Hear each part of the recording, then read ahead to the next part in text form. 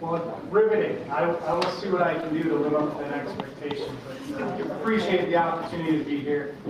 Dan Moore, Chief of Finance and Operations Division, which our name implies a little bit about what we do. We do cover central budget and finance for the agency, but we're a potpourri of other activities and support areas, which includes audits, public-facing grant programs, procurement, so everything we buy through the agency, real estate services, all of our real estate transactions funnel through our division, as do oil, mineral, and gas exploration and leases. So good to see you again. I met a few of you when we were up in Houghton, and for those commissioners I haven't met, nice to meet you this time. And there will be a little bit repeat content and information, just kind of at that higher overarching budget level while we start to drill into not only the Game and Fish Protection Fund, but also our fisheries division. So I believe the intent is to cycle through some of our divisions, so you'll probably hear me kind of continually focus in on which division, which mix of funding sources, and then it'll be a tag team approach, and we'll have some division support as well. And I am happy to have Brandy Claremont here with me.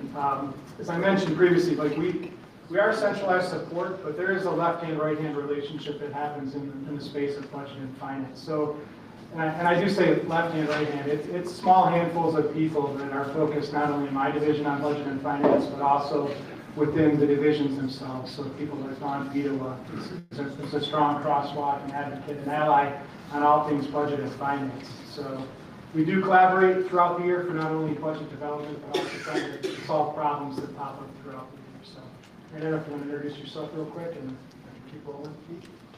Yeah, I'll just be brief. Randy Claremont, Fisheries Chief. I can let you jump in. Good morning, Chair Humphreys. Good morning, Director of the Commission. Before you get started, just for the commission, the Governance and Finance Committee, we're treating this kind of like a committee of the whole. So as we get into questions, feel free, and commissioners, to ask questions whether you're on finance and governance or not. All right, so we're going to bounce around a couple of fiscal years here, and that's intentional. We're going to start with our current fiscal year budget for fiscal year 2026, which normally starts October 1st. It wasn't normal this year, but this fiscal year will run through September 30th of next year. So in latter slides, we're going to flip to fiscal year 24 because that's the last fiscal year bookend close. So this, in essence, will show some projections on appropriated amounts, and then the fiscal year close will be reflection on dollars spent. So we're still in process for 25, hence the gap, but you'll see some references to those years as we move through slides. I'm going to work around the pie chart here and talk a little bit about state restricted funds. So, of which we've got over 40 within the departments. Restricted in the sense that they come from very specific, unique places established in statute and legislation and can only be used in very specific areas. So as we experience challenges in certain funds, in certain divisions, we can't just take, we'll say, game and fish and crosswalk it into the state park system and vice versa. The next big piece of the pie that we'll talk about are the federal funds. So in any given year, 19 to 20% we pull down from federal sources, and as most people are aware, it's very volatile in that space right now. A lot of unknowns with our traditional fund sources. I know this past year we experienced a mid-year, we'll call it a challenge with terms and conditions with our U.S. Coast Guard grant. That really required us to kind of take a Plan B approach in the middle of a year on how do we plug in roughly $7 million for funds that we were anticipated to get. We were able to work through that right at the end of the fiscal year, but again, uncertainty with our federal funds as we go forward. The next wedge there, the general fund, so that is the state's tax base. And while it represents 13%, which is a good portion of our budget, that amount is less than 1% of the overall general fund that's available. So I do like to make that point, primarily for the audience, because I think a lot of people maybe perceive that their taxes go to support recreation and conservation. But it really falls within the bulk of those state restricted funds, which we'll drill into a little bit on the next slide, as well as federal funds, private funds, gifts and donations is primarily that representation. And again, these are appropriated amounts. We have to earn the revenue throughout the year to spend at those appropriated levels. The other thing I'd like to mention too is just the chart on the top kind of gives the overall summary of what we experienced this year compared to fiscal year 25. So while we are seeing a subtle 1.6% increase, it's primarily associated with state restricted funds, some increased authority to spend. I think the ORV fund is one that comes to mind off the top of my head. But again, looking at that general fund reduction, nearly 5% is coming out of the budget. So as some of the fix the roads and other priorities to offset the federal funds that are being reduced in other program areas like Department of Health and Human Services, SNAP program, Medicaid, again, general funds were pulled out of some agencies to plug into others to try to balance some of those federal impacts. When you look at that overall 1.6% increase, I think it's important to note that that doesn't keep up with the rate of inflation. So when we have fixed revenue streams like we have with our hunting and fishing licenses that don't keep up with inflation over time, that's what puts us into a structural deficit challenge and situation that we're in. I'll stop there and keep it riveting and keep moving. So the next slide is really an expansion of those state restricted funds. So you'll notice the general fund wedge, the federal wedge, the colors changed, but the percentage and dollar amounts are pretty much the same. I'll just work around the wedge a little bit and talk about some of these fund sources, primarily where they come from, and help you put in perspective kind of where they go. I think that's one of the main themes we're trying to get across in this presentation. Where does the funding come from? Where does the funding go? So we'll start after the federal one there with the park improvement fund. So primarily campground revenues. That's the big stream that goes into that wedge. And you'll see on the next slide kind of where the funding goes into those divisions and program areas. You'll pretty much be able to crosswalk it my descriptions here. So Game and Fish Protection Fund, you can see that next green wedge. That's really going to be the emphasis of our conversation today that we'll continue to discuss. There's the general fund that I mentioned before. I'll pause with Forest Development Fund. So that is the primary revenue stream for our Forest Resources Division. Again, right, the largest state forest system in the lower 48. Northern Michigan ice storm. Huge impact within this particular fund source. So those dollars are derived from timber sales. Our Forest Resources Division does a phenomenal job of successional management, putting different stands up and drawing revenue in. So when you have an impact to nearly 25% of the state forest system within red pine production, that is a huge impact to the tune of about $7.5 to $8 million of lost revenue in fiscal year 25 that we will continue to see probably for decades until regeneration can happen. We're fortunate to get some one-time supplemental funding in fiscal year 25 to start to regenerate, as well as some, I'll call it insurance funding in 26 for fire response, because I think that's one of the big concerns within that division. We continue to walk down there the Waterways Fund. So again, watercraft registration hasn't changed since 1993. We're responsible for over 1,100 boating access sites, 16 state harbors. We've got a grant program. Hard to keep up with infrastructure demands when those revenue streams have remained stagnant. Park endowment, another one that feeds the state park system, but this is oil and mineral and gas exploration, so royalties, interest and earnings off of those state rights that go up for auction twice a year. Finite resources. Eagle Mine in the Upper Peninsula is going to end production. That has provided about 30% of that revenue stream year over year for the past 10 years. So again, there's another revenue stream that's going to see an impact specific to our state park system. Recreation Passport, I think most people are familiar. Hopefully the audience has the small p, the little p on their license plate. Another revenue stream. The model was based off of Montana, which was an opt-out, 70% participation. When it was introduced here in Michigan, it was an opt-in. We've struggled to get beyond 40% participation. So a model with very intended impacts that really hasn't met maybe what was anticipated. So we continue to entertain some legislative opportunities to change that. I'll probably skip over some of those smaller funds, but wanted to make note of those larger ones.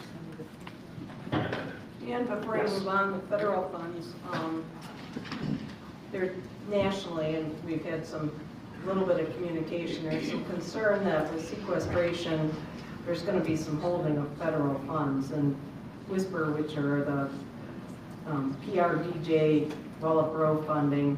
What other federal funds do we have besides those? It's a wide range. I mean, they're nested under the agencies, U.S. Fish and Wildlife Service, U.S. Forest Service, Department of Interior, National Park Service.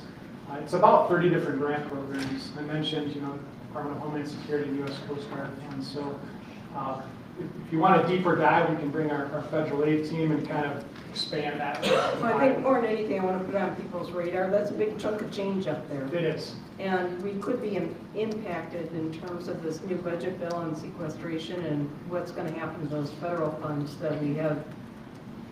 As long as we met the grant agreements, they were steady Eddie funds, and I'm not so sure they're going to be that in the future. Yeah, I really appreciate it because I want to bring attention to the sequestration of funds like Dingle Johnson and Pittman Robinson, the excise tax.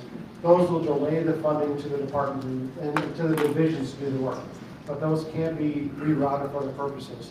Some of the federal funds like the state wildlife grants, those funds, if lost, will be lost. And for us, it means things like sturgeon rehabilitation, all the non-native species work, a lot of the work we do with partners. So those federal funds, as well as other federal programs, can be severely impacted if those cuts remain. Madam Chair. Commissioner? Yeah, can you speak to the increased auction of the oil and gas you spoke to last meeting, the update on that? Yeah, we had, I'll say, a decent result. We had over 50,000 acres nominated. Those are nominated from the industry themselves. I think we saw about an 80% leases being picked up, not acted upon. It's purely speculation. I think historically, as far as the revenue that came in, it was close to $600,000. I think it ranks 30th all time of the overall, auction results. But interesting to see again, finite resources and speculation. I know last year on the metallic side, we had an entity called Talon who secured rights. It's not an auction, it's more of a direct lease relationship. They secured 20,000 acres in the Upper Peninsula, which equaled the overall leased footprint within that particular space. So they build batteries for Tesla, but again, another kind of energy source future market that's a little softer. Okay, thank you. Commissioner Everett? Thank you. Deanna, curious, I had a question about the waterways. Just thinking about that a little bit. Wondering if the Waterways Commission, in their advice and their work with their department, just thinking about the dynamic of the increased use on boat ramps and boat launches for users and recreationalists that aren't paying into the funds that are helping to maintain and support that access. Has there been any discussion on that with respect to how to monetize other uses that are taking advantage of those resources but not necessarily contributing? Well, I do know the commission's been actively engaged in conversations, I think, the last couple of years. I think they're talking about possible legislation to maybe see a change there. I'll mention this too. I think a byproduct of the gas tax, so we have 2% of the gas tax formula that feeds into the Waterways Fund, the Snowmobile Fund, and the ORV Fund. We will see some increases from that change. It's not really a solid figure or number yet, but the backlog of infrastructure that's out there, I think it'll be money well received from our Parks Division, so we're working on some technical adjustments to hopefully have the authority to spend should those revenue streams start to line up.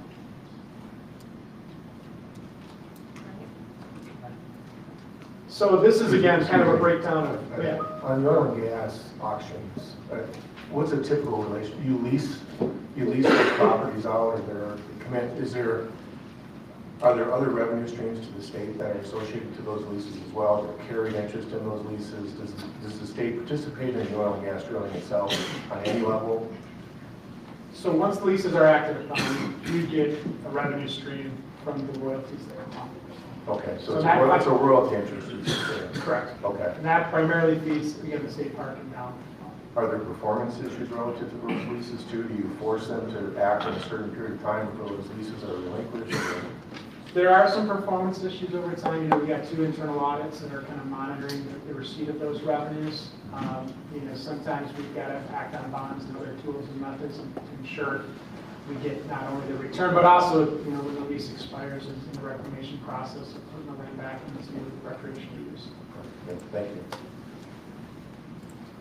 All right, so back to where the funding goes. Again, I'll kind of work relatively quick because I think it's somewhat self-explanatory. Most of the names that you see here reflect back to the divisions that they are. So again, start with kind of the biggest wedge of the pie. And this is the entirety of our budget. So Parks and Recreation Division, you can see it 26%. Move next over to Forest Resources Division, on to Law Enforcement. Capital outlay is a very specific individual lines. Those are a major improvement, reinvestments into the system. Looks different when you start to get into the levels of each division based upon funding constraints. We've had to defer a lot of capital investment. We did just post our 5-year capital outlay plan. Collectively, the backlog of infrastructure needs just at a 5-year look is $922 million. So that plan will break down into each area in each division. But we have an immense responsibility in terms of our footprint, all the equipment and infrastructure that sits on top of it. Moving beyond, next to the Wildlife Division, I think we're going to have them next to the hot seat after fisheries in January, probably Law Enforcement in February, and then we'll decide which division, maybe Forest Resources, again, just because some of the challenges that they're seeing, but also a check-in on how that regeneration is going to look into the spring. So Wildlife, Fisheries Division, grants. We had a really good question yesterday with the Conservation Coalition about the correlation of grant funding, outgoing funding at the same level of how our Fisheries Division is funded. So again, that's the culmination of 30 different programs. So think of the Natural Resources Trust Fund, Recreation Passport, Land and Water Conservation Fund. Those are kind of some of the bigger ones, Waterways Fund. But again, those are outgoing dollars. Most of it is tied back to legislation, whether it's certain percentages or programs. We do have some flexibility that I know we continue to explore within wildlife and fisheries because of that challenge of putting money out versus having to keep it back. Randy, if you want to speak to that or wait? Yeah, I can include that later. Go ahead. Okay. Communications Customer Services, that's a combination of our Michigan History Center and our Marketing and Outreach Division. Finance and Operations, that's my division. One-time appropriations, primarily legislative earmarks. So every year we get a subset of dollars that we're directed to put out the door to certain communities, organizations, entities. Information technology, a wedge that continues to grow. So kind of overhead on the IT front that you'll see nested in some other areas as well. Department initiatives, things like invasive species. And I have a question. I do, but it can wait until you're done with the movement that you're... I'm ready to move to the next slide, so Okay. this is a great time. So we often hear that the Fish Division or the Wildlife Division or one of the divisions has grant opportunities for habitat improvement. Where does that money typically come from? Is it passed through? Is it incoming from the state? And then, so can you explain that a bit? Yeah, that's a great question, Commissioner Walter. So what you'll see in a couple of slides, you'll see this idea of some of the grants that sit in Fish Division's budget. And there's a variety of sources. So take, for example, settlement funds. Those are funds from consumers, other entities, natural resource damage assessments. Oftentimes, when we have those type of funds that are allocated to the division for the settlement, we'll grant those back out to try to mitigate for the habitat loss from the natural resource damage assessment. So those are, they're more pass-through, but it's appropriate use. Whereas the aquatic habitat grants program, that is from licensed dollars. So that is hunting and fishing licenses, in this case fishing license fees, that are really supporting aquatic habitat. And those funds are the ones that were really at risk because of the stress on our operations, the stress over our budget. It's hard to justify giving money out for really good projects when we're also not addressing our needs at a generator, a hatchery, or our ability to stock fish. So those funds are ones that we're looking at having to redistribute.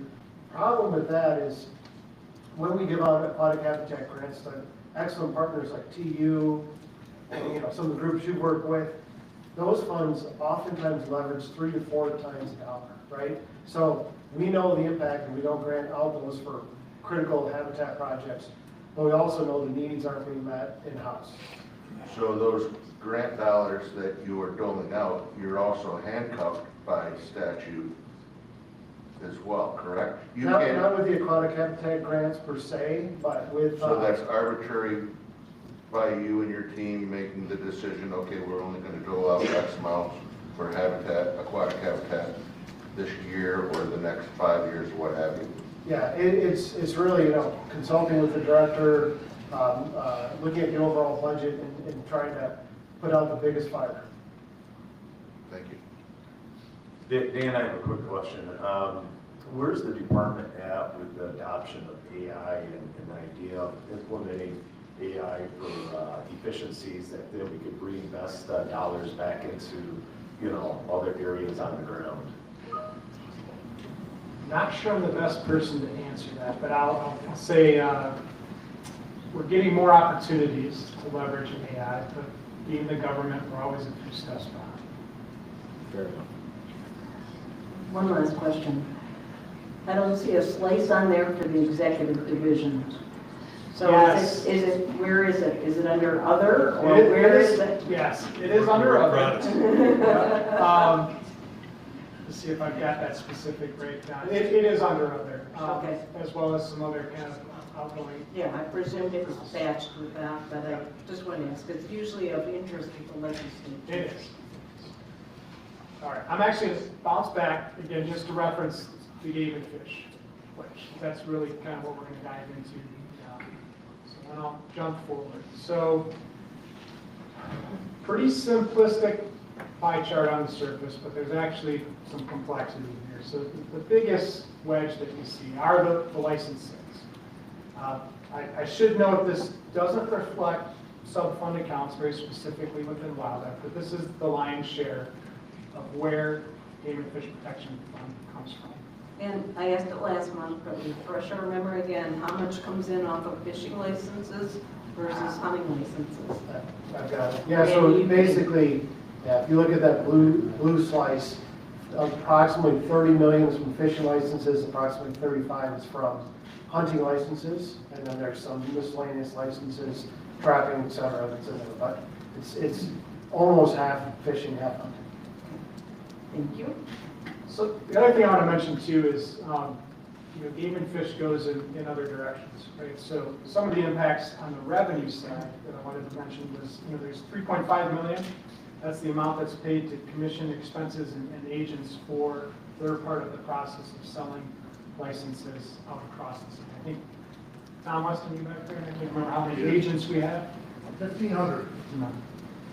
We pay another $500,000 in credit card processing fees, kind of the cost of doing business. But 94% of what we see here really comes from the license sales themselves and the investment revenue.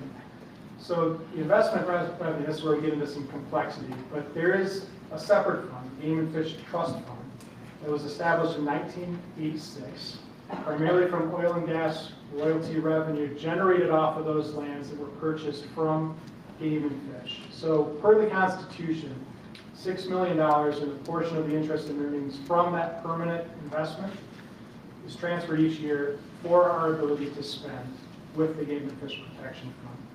So the investment side is managed by the Department of Treasury. And the important piece to mention about this wedge is as hunting and fishing, has been declining, or it's been, flat in some areas, there's greater resilience, need to rely on the investment revenue to continue to come in and help support those activities. The Game and Fish Trust Fund was established to generate investment revenue in good market years or bad market years. It was never intended to replace the decline from hunting and fishing license sales or to make up for inflation. So it's an important piece that maybe not a lot of people are familiar with, that we do rely on each year. So with market fluctuations, there's good years, there's bad years. We typically will see that in unrealized gains or losses. But there is a little bit more complexity to where the fund comes from. Could you give us what the current fund balance is of the Game and Fish Trust Fund right now? So I'll reference fiscal year 24 because we're still closing 25. The permanent investment reserve is right around 260 million. So I'll tie in a couple things. This past year, we requested a supplemental in fiscal year 25, about $6.5 million. That was specifically to address backlog infrastructure. So Randy is going to talk a little bit more in detail about that, but we know that when things fail in emergency repairs, it costs more to fix. We've been deferring infrastructure, as I mentioned, that $922 million figure. But we had a good investment year last year. So working with the director, and this has to go through the legislature. We have 3 supplemental windows where we can request some additional funding. We did that last year. We're planning on doing it this year. There's a sweet spot of what we request to balance, because we don't want to erode that investment revenue base, because we continue to rely on it. So we meet with Treasury once a year. When they talked about our fund, what stuck with me was it's in the yellow. It's doing okay. But be careful how much you draw, because if we have a bad investment year, if we have 5 dams that fail and we've got to draw from it, that's when you go from yellow to red and you start to erode that investment revenue that's coming from it. Is it the intent to go for a supplemental? And okay. Have you decided the level of your supplemental request yet? A lot of it will depend on how we do with the Bumstead Cherry bill. But yeah, we're going to need to augment the budget this year, but we don't know how much. We haven't seen fiscal year 25 close yet, so we're not sure exactly what that investment revenue is sitting.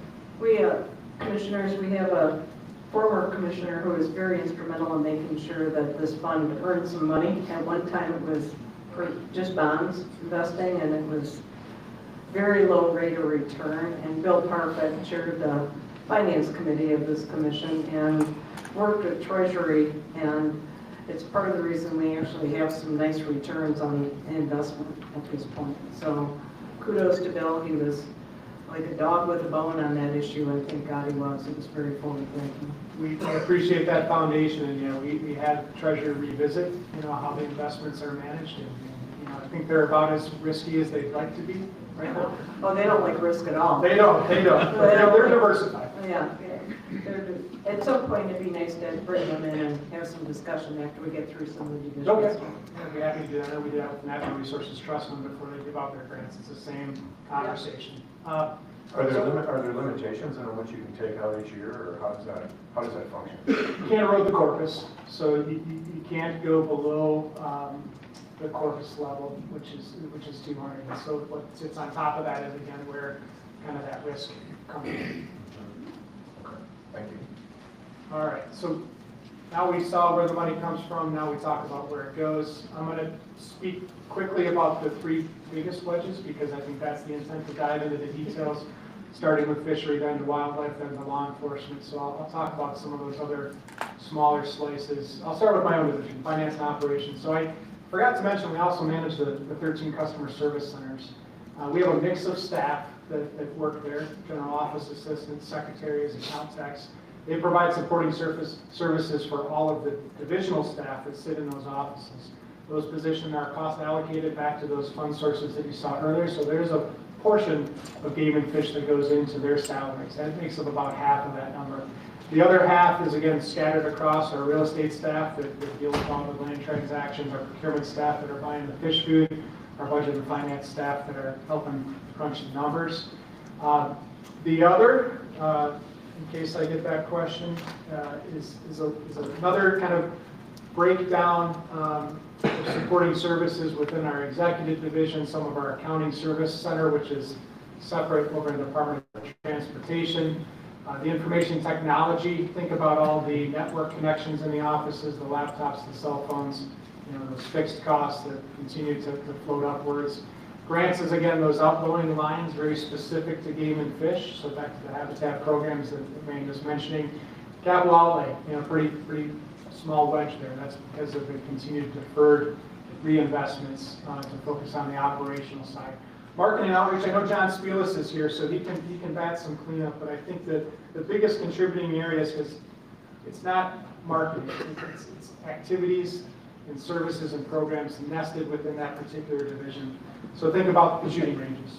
They leverage, again, federal funds for their staff shooting ranges. They provide those activities. They're responsible for managing. Think about salmon in the classroom, archery programs within the schools, other ways to get people informed and educated into hunting and fishing activities, and the license sales system. So I think that's another big piece and component. I'll direct any questions to John if people like more details there. The one thing that I do want to mention that doesn't show up here, because it's game and fish that's appropriated in other agencies' budgets. And that's about $5.4 million this past year that goes to Auditor General, Civil Service, Department of Management and Budget, Attorney General's office, but the biggest piece, 3.6 million of that 5.4 goes to payment in lieu of taxes. So again, those dollars purchased within municipal boundaries with game and fish, those are revenue streams that, or I should say a tax stream that is given back to those municipal entities each year. With that, pass the clicker and the mic. All right, I know we're probably getting short of time, so I'll try to be brief and break down fisheries budget. As Chair Humphreys mentioned, or asked, fishery, we have 1.2 million acres in Michigan. We're always in the top 10 in terms of the best fishing states. We have incredible resources, but our license fees are 33rd lowest for resident species, all species license. If you take a look at other license structures like 24-hour license, we're the lowest in the Great Lakes. So we're really, our budget is pretty simplistic. If you look at the 30 million in fishing licenses revenue generated, as shown in this graph, about 20.69 is allocated back to Fish Division to manage the fisheries, as well as the federal funds, which is really Dingle Johnson. So when you look at Game and Fish and Dingle Johnson funds, is over 90% of our budget. That basically means we're funded off anglers. The fishers pay for the management, and that's where the funding comes from. We, up to a few years ago, we received zero general fund for Fish Division. We now receive just over 1.2 million. That's really in support of our tribal coordination unit, as well as some aquatic invasive species work, but it's pretty small in terms of the overall budget. And then that other fund source is what Commissioner Walters was asking about in regards to the grants. Those are really the settlement funds that kind of come in on the revenue. I will say a piece that's not listed here in those other funds are things like private donations, which you look at the Arctic Grayling program, funded almost entirely off private dollars. That's where those other funds would be nested. I'll kind of break this down a little bit further then. If you look at both, or the fact that we're funded really off licensed dollars, either direct or indirect, what we typically have done in terms of utilization of the federal dollars is we've really focused those on two main things. We focus federal dollars on fish stocking and Great Lakes surveys. And there's a reason behind using the federal dollars that way. Dingle Johnson is Dingle Johnson Sport Fish Restoration Act. So the federal funds have to be in use of sport fish management. By putting as much of those dollars back into fish stocking and sport fish means there's a one-to-one connection in terms of how we utilize the funds to make sure it's for the desired purpose. However, those funds come with a catch. They must be matched 25% by state dollars. So we do use game and fish dollars in fish production or hatcheries, but most of it's federal funded. Same with our Great Lakes surveys of salmon, steelhead, coho. Those are funded off federal dollars as well. And if you look at the use of those federal funds, fish production and fish stocking and our Great Lakes surveys exceed what we get from the federal government. So again, we typically don't have trouble coming up with the need to match with game and fish. It's oftentimes the revenue though that limits us. We don't ever want to get in a situation where we leave federal dollars on the table because we can't provide the match. And the match that comes in game and fish must be sport fish focused if we're going to use that. So another key approach to looking at Fish Division budget is historically we were 1/3. 1/3 fish production, 1/3 Great Lakes, 1/3 inland. That's how we manage our resources. I just told you an important piece that the federal dollars support fish production, Great Lakes. So our inland piece is funded entirely off game and fish. If you look at this slide, what you'll notice is that fish production is 1/3. Great Lakes research, a little less than 1/3. Remember, our budget's about a little over 30 million. But it's that fisheries management, the inland piece, that's what's fallen. So as inflationary pressures hit the budget, we stock fewer inland lakes with walleye. We do less on muskie. We go from surveying an inland lake once every 20, 30 years to once every 90, 100 years. That's that piece that's really fallen off the table. I know we're presenting because the book's closed in 24 budget, but if you looked at the budget development from the last 3 years, our fisheries management has started off in the hole, the division has started off in the budget planning in the hole to the tune of, for this fiscal year, we were projected to have a $2.8 million deficit. And if you cut fisheries management further, we were looking at scenarios where we would not manage fisheries from the Asable River to the St. Mary's River, inland and Lake Huron. We would just pull out. And that's how close we are to the edge in terms of our budget. So in addition to the $2.8 million, we saw in the budget development process for 26, severe cuts to both the department but also the fish division, upwards of the tune of $5 million. You look at this budget and in terms of our operations, that really meant about 50% reduction in operations. We're about 70% personnel, 30% operations. So looking at a cut like that would have been devastating. And we reached out to stakeholders, many of whom are sitting behind me, to say, these are your impacts that will be realized. In the 26 budget, we saw one-time relief for fish division, hard work by the director and our executive leadership to the tune of our $33.4 million appropriation. Now it's $36 million, with $2.8 million one-time general fund in support of fish production. That was a life-saving appropriation. It's only one time, but without it, our Great Lakes Salmon program would have been at risk, as well as other stocking programs across Michigan. We used to stock 30 million fish a year. We stock around 20 million now. We are projected to go to 10 million, and that is not acceptable for Michigan. So glad to see that one-time benefit, but I think if you go to the next slide, I got it. I'm my own talking to myself here. I had prepared several slides to remind you of the context of what it means for fisheries to be funded entirely off license dollars, to have a license fee that is not adjusted with inflation, and to look at the fact that these inflationary pressures and any potential other budget cuts mean severe impacts to operations. I think in lieu of time, I'm not going to go through these slides. I'm just going to tell you, by request of the director at the beginning of the year in January, we gave you this context. And I misled you. I started out with a presentation where I said, look, there's a report on hunting and fishing licenses and why the system needs to be changed. I read directly from the report quotes like the DNR is facing millions of dollars of deficits. This is especially true for fishing.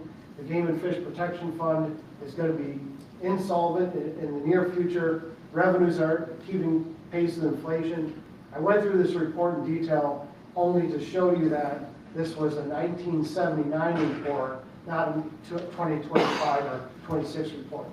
So when we say the system has to change, we can't keep looking at hunters and anglers to support the programs. Yes, we need fee increases and additional revenue, but the model, the North American model of conservation for Michigan, we should lead the charge to see if we can get an alternate model of conservation funding that really is sustainable for the years to come. People often ask me in fisheries, well, what would your budget look like? What would you want to see?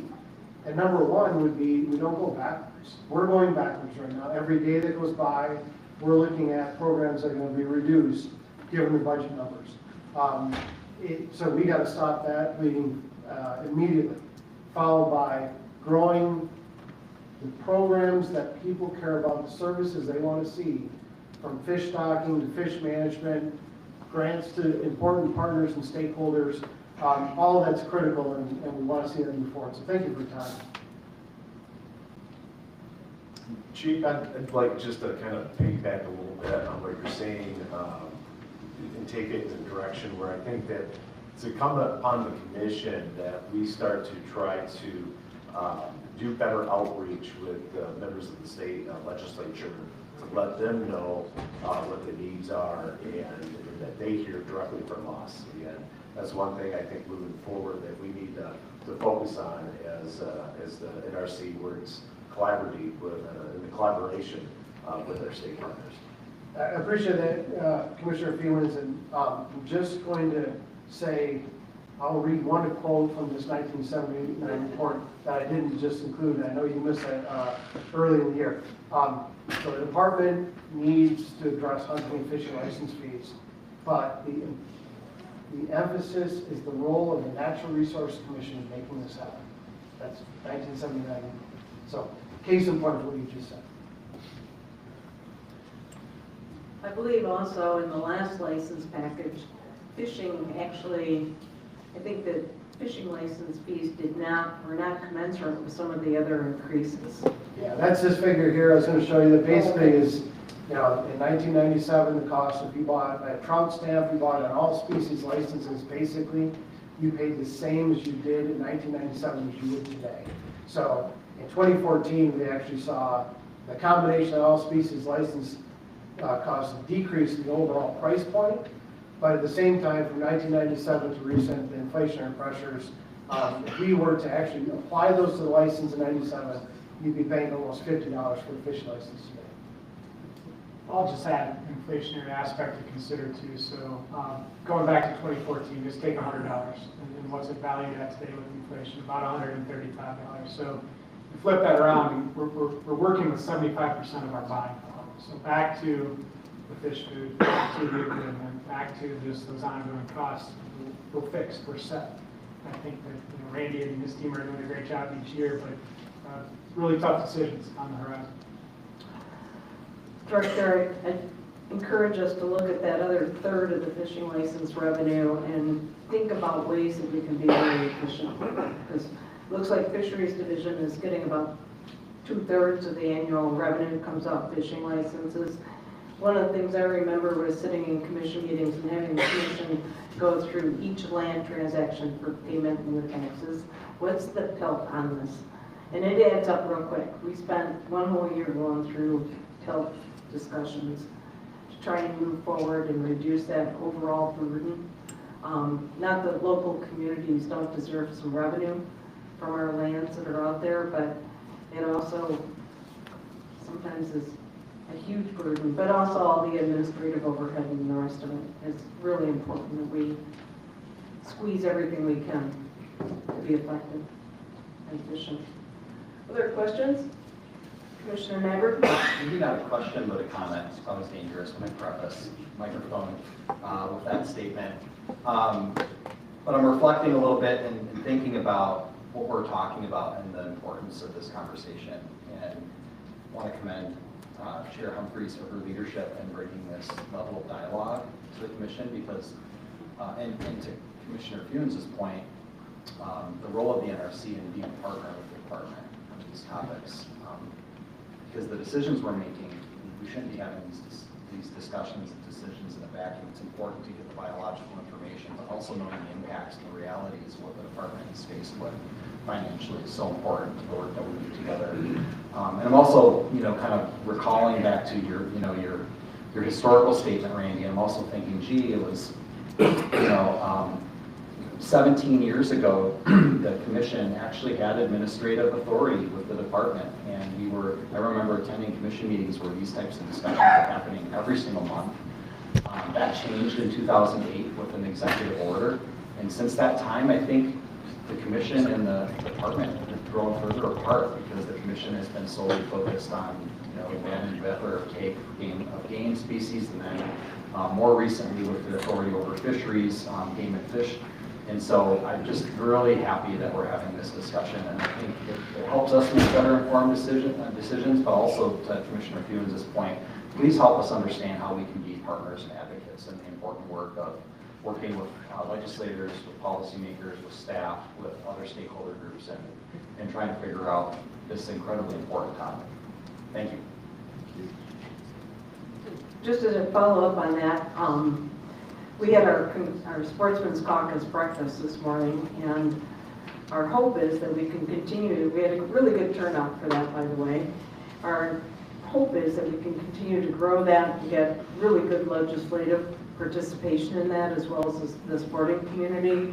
Next year, we're moving to Wednesday meetings, folks, because the legislature is here usually Tuesday, Wednesday, and Thursday. By Thursday morning, they're trying to tidy up all the stuff before they leave town again later that day. So by moving to Wednesday, we're hopeful we can drive greater participation. So look for those meetings on Wednesday, our meetings on Wednesday next year, with the exception of the November meeting. It'll be on a Thursday because of Veterans Day, right? In December. And December? Yeah, remember we switched that one. Speak up. Friday, December, we switched that. That's right, that's right. December also. So we'll get that scheduled out to you shortly. But I agree, it's up to us to build those working relationships and try and foster trust and oversight and transparency on this. Any other questions? All right, thank you, gentlemen. It was riveting.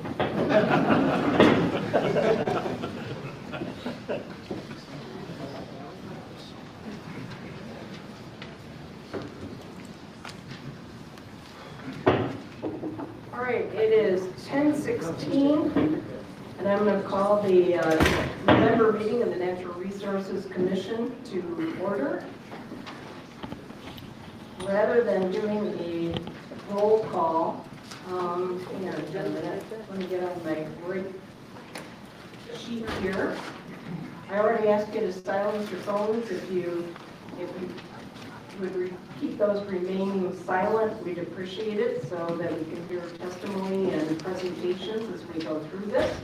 I'll start with, I'm Becky Humphreys, I'm chair of the commission. I live in Lowell, Michigan, north of Lowell, Michigan. But we'll go through and have the commissioners introduce each of themselves rather than doing a roll call. Commissioner Walters, let's start with you. John Walters, I'm the chairman of the Wildlife Committee for the NRC, and I live in Indian River. Dave Anthony, Ford River, just south of Escanaba and UP. Pete Erdley, Grand Rapids. Scott Bowen, Grand Rapids. Brandon Thielens, Traverse City. Jim Laporte, Highland, Michigan. Morning, David Nyberg from Marquette. Good morning, Assistant Attorney General Echo Allo, Lansing, Michigan. All right. Can I have a motion to approve today's agenda? So moved. Second. All right, we have a motion and a second. Any discussion? Hearing none, all in favor say aye. Aye. Opposed, the same. Agenda is approved. How about our meeting minutes from October 9th up in the Upper Peninsula? Can I have a motion to approve the Madam meeting? Chair, move to approve minutes from October meeting. Second. Thank you. Motion and second. Any discussion or edits? As far as discussion, I'll point out that I was absent, so I will not vote. Thank you. Chair Humphreys. Yes. Okay. And the meeting minutes do reflect you were both excused from that. All in favor, say aye. Aye. Those opposed, the same. All right, we have approved meeting minutes. Before we move into the director, I'd like to introduce one guest. We have many of you here, and I greatly appreciate your attendance and participation in this meeting. But Carol Frampton is joining us from the great state of South Carolina. Carol is a Michigander. Many of you probably remember her as Carol Vanderham in the state. She was legal counsel for NUCC. She's with National Wild Turkey Federation now. But Carol has the conservation law program and has headed that up for a number of years and teaches a class in conservation law here in Michigan. And we actually have a couple of folks sitting at this front table that have taken Carol's class. Hello, Professor. Welcome. How did Nyberg do in your class? He was top of the class. All right. When he was there. And also our representation from the AG's office is a former student of Carol's also. Welcome, Carol. We're glad to have you here. All right. With that, Director, I'm going to turn it over to you for the Director's report. Thank you. Well, our conservation officers and park rangers conduct a variety of duties throughout the day and support the mission of the department. Our conservation officers' duties range from hunter and angler checks to snowmobile and the marine patrols, as well as protecting the natural resources and citizens of our great state. In fact, one of our COs was the one who stopped the shooter at Mormon Church in Grand Blanc. He got there in 30 seconds. He was well equipped, well trained, and he saved lives. That's one of our guys. Our park rangers also conduct a variety of duties throughout the day. In addition, our conservation officers respond to a wide range of activities, including general criminal crimes, emergencies, while carrying out their resource protection duties. All the work done is without much fanfare or recognition. The officers know that each and every day they are attending to, carrying out their duties, their lives could be at risk. There are also occasions when our conservation officers and park rangers save the lives of someone who has fallen into harm's way. They do this honorably, without consideration of their own safety. It is my pleasure to introduce Chief Haynes and Kristen Cossack, who are here to tell us about one such instance. But first, I would like to thank CO Logan Turner and Park Ranger Cody Anscombe for their efforts during this event. Thank you. Thank you, Director.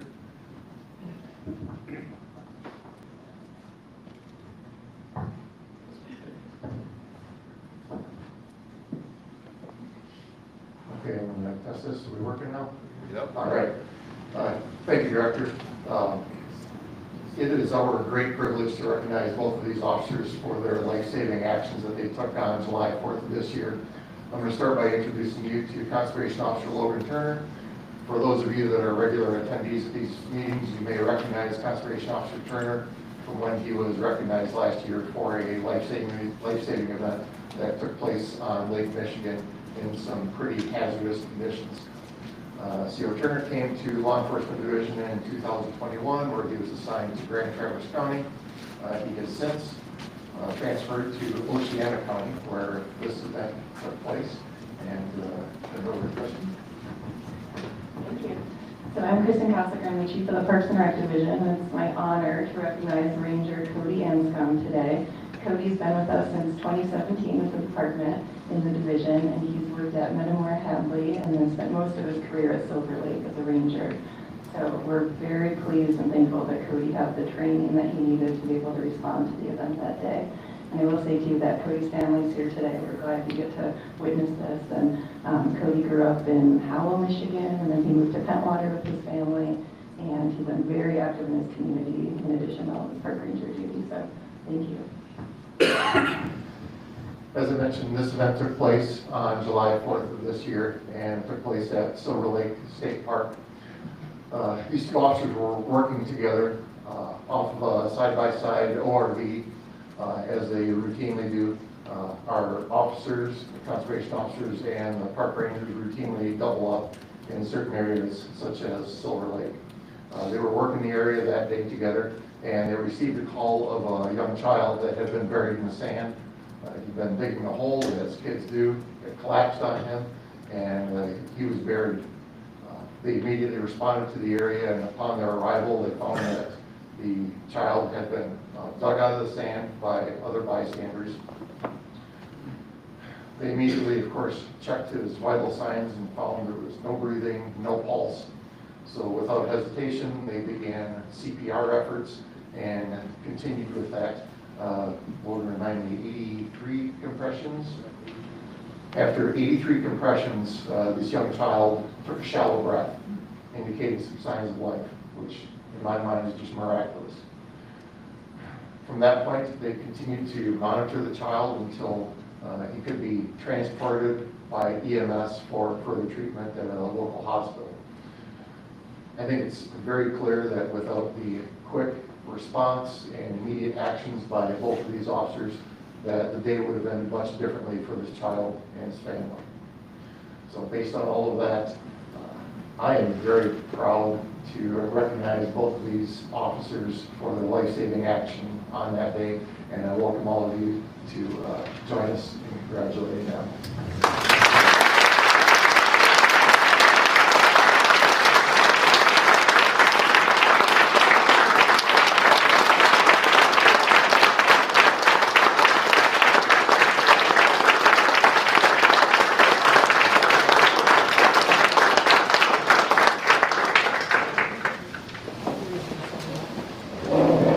And as is typical, we like to offer the opportunity for our officers to say a few words, and they politely declined.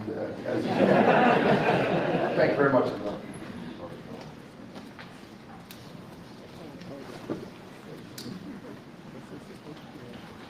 Director, do you want to take a photo op now or? Okay. We'll be quick. We're going to scoot out, take a quick photo, we'll be back.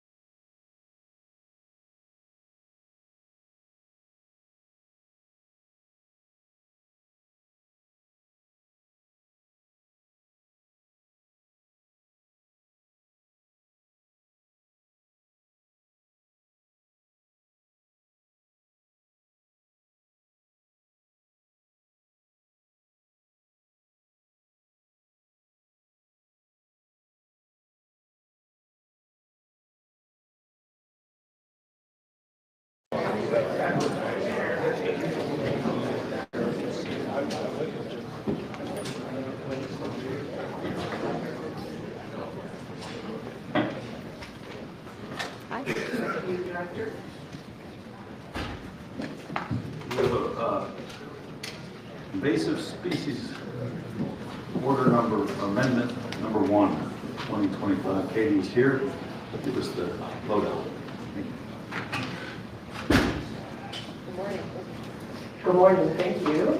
My name is Katie Grishak. I'm the Terrestrial Invasive Species Coordinator. I sit in Wildlife Division.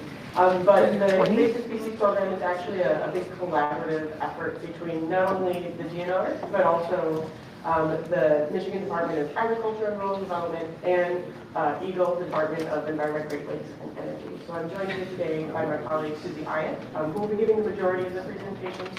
But I'm going to start us out with some starter stuff. So I want to start out to make sure that we all have a shared understanding of invasive species. So this is a definition that is taken from statute, but we did alter it a little bit so it was readable. And so an invasive species is something that is non-native and causes harm, either to the environment or the economy or to human health. So something like poison ivy is a native species, but it causes harm, not invasive. Tulips, non-native, non-invasive. They don't cause harm, right? And then in that last picture there, invasive Phragmites is non-native and it does cause harm to the environment and to the economy. So that is invasive. A little bit more about regulation. Invasive species regulation in Michigan is part of the Natural Resources Environmental Protection Act, Part 413, and that dictates how invasive species can be regulated. In order for an invasive species to be regulated as an invasive species, it must meet 2 requirements. It must be non-native and it must cause harm. That's true for whether it is prohibited or restricted. The difference between prohibited and restricted species would be that prohibited species are, again, non-native and causing harm, but also not widely distributed in the state. Whereas restricted species are, again, non-native, causing harm, but also more widely distributed in the state. This is something we might see everywhere. So a prohibited species example in the plant world, which is what we're talking to you about today, might be giant hogweed. It's a harmful species, it's not native, there's not that much of it in the state. It's just little points of it there. And a restricted species, autumn olive or Phragmites. These are species that are very widely distributed, but still causing harm and therefore regulated. It's also important to note that possession, as regulated by this law, is all about selling, trading, moving, sharing. An invasive plant in particular, just being on your property, is not in violation of the law. And then we have a bunch of different reasons for regulating invasive species. Certainly one of the main ones is, of course, thinking about trade and restricting the trade that we have there. But as well, it can also be about outreach, making people aware of invasive species, bringing our regulations in line with other states. Although Michigan is, of course, a unique and special state, it's often really useful for folks to have similar regulations between different states. And then also for expanding your options for slowing the spread of invasive species. And with that, I'm going to hand it over to Susie. Thank you, Commissioners and Director, for having me here today. So when it comes to regulation and REPA Part 413, MDR does have the authority over plants, insects, and plant diseases. So we are here today to meet the requirement of consultation with DNR that is listed in Part 413 in regulation of invasive plants. So before we can recommend a plant for listing either as restricted or prohibited, a weed risk assessment must be completed. So here at State of Michigan, we use the USDA APHIS PPQ weed risk assessment. This is something that we agree with industry, particularly the nursery, horticulture, landscaping industry, that we would use because it's one of the most thorough and comprehensive assessments that's out there. So it assesses risk using peer-reviewed literature, looking at the likelihood of a plant to become established, and if it were to become established, what impacts it may have. It also includes a climate match, so looking at if Michigan would be suitable climate. That's based on many different environmental factors, and if you want to know more about that, I'm happy to share that with you.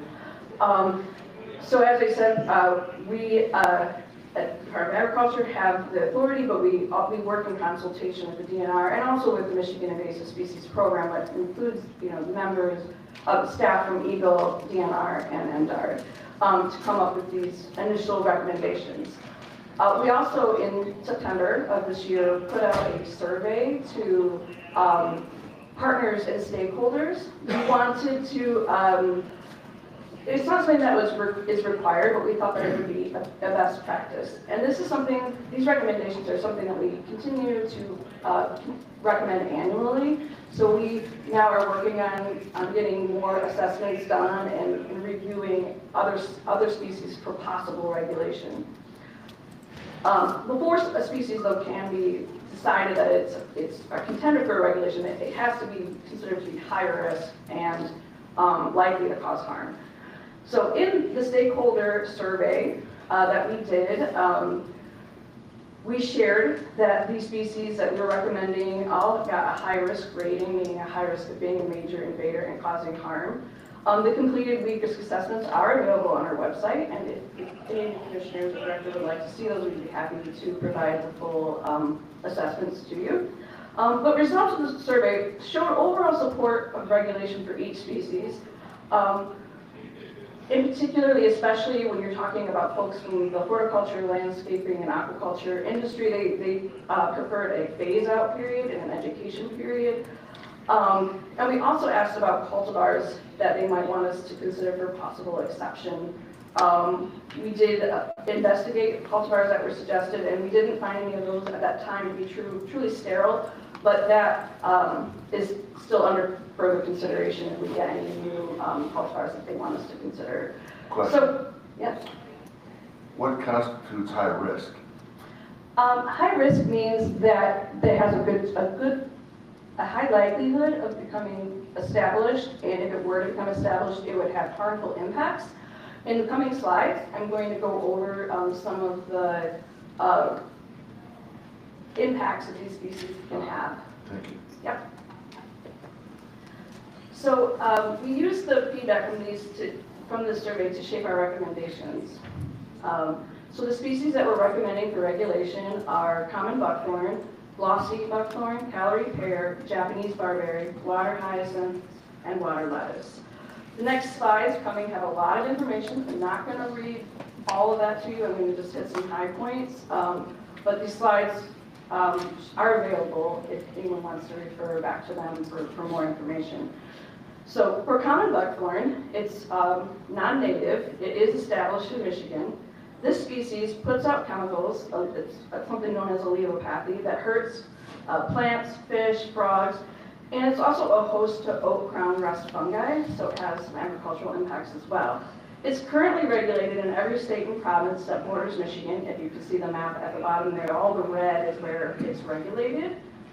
So you can see that all surrounding us, this species is regulated. The risk assessment returned a high risk rating, and it had a high climate match for the state of Michigan, meaning that our climate is suitable for the species to reproduce. So we're recommending that this species be restricted with no cultivar exceptions. This next slide shows you some pictures of that are thickets of common buckthorn that are spreading in a natural setting. These were not planted. Glossy buckthorn is next. This is also non-native, established in Michigan. It outcompetes other plants and can change nutrient availability. It's regulated in all states that border Michigan. You see the cross-hatching where it says status unclear for Canada. We reached out to them and to try to figure out if they did regulate the species, and we didn't get a clear answer because it seems that they regulate common and glossy buckthorn as one. So we just wanted to make that accurate notation in our map. So the weed risk assessment also reported a high risk with a high climate match for the state of Michigan. So we are also recommending that this be restricted with no cultivar exceptions. Here you can see some pictures that we have there's a thicket of glossy buckthorn, and then down here, the one on the left, there's a carpet of glossy buckthorn seedlings in northeast lower Michigan. Next up is Callery pear. This is also non-native, it's established in Michigan, and it's widely planted. So this species crowds out native species, and it can damage property in urban areas because it has very weak branching, so the branches tend to break and fall, and also has a very unpleasant smell.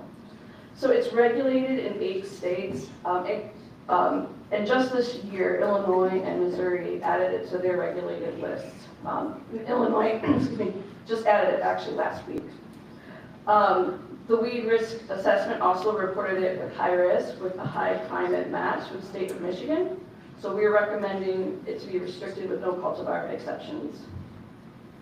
So here's some photos of Calorie Pear. At the top, the big flowering tree that does look pretty was planted, but the one behind it that's flowering was not planted, and then there was one in between that actually is also Calorie Pear, it's just not flowering, and that wasn't planted. So that was unintentional spread.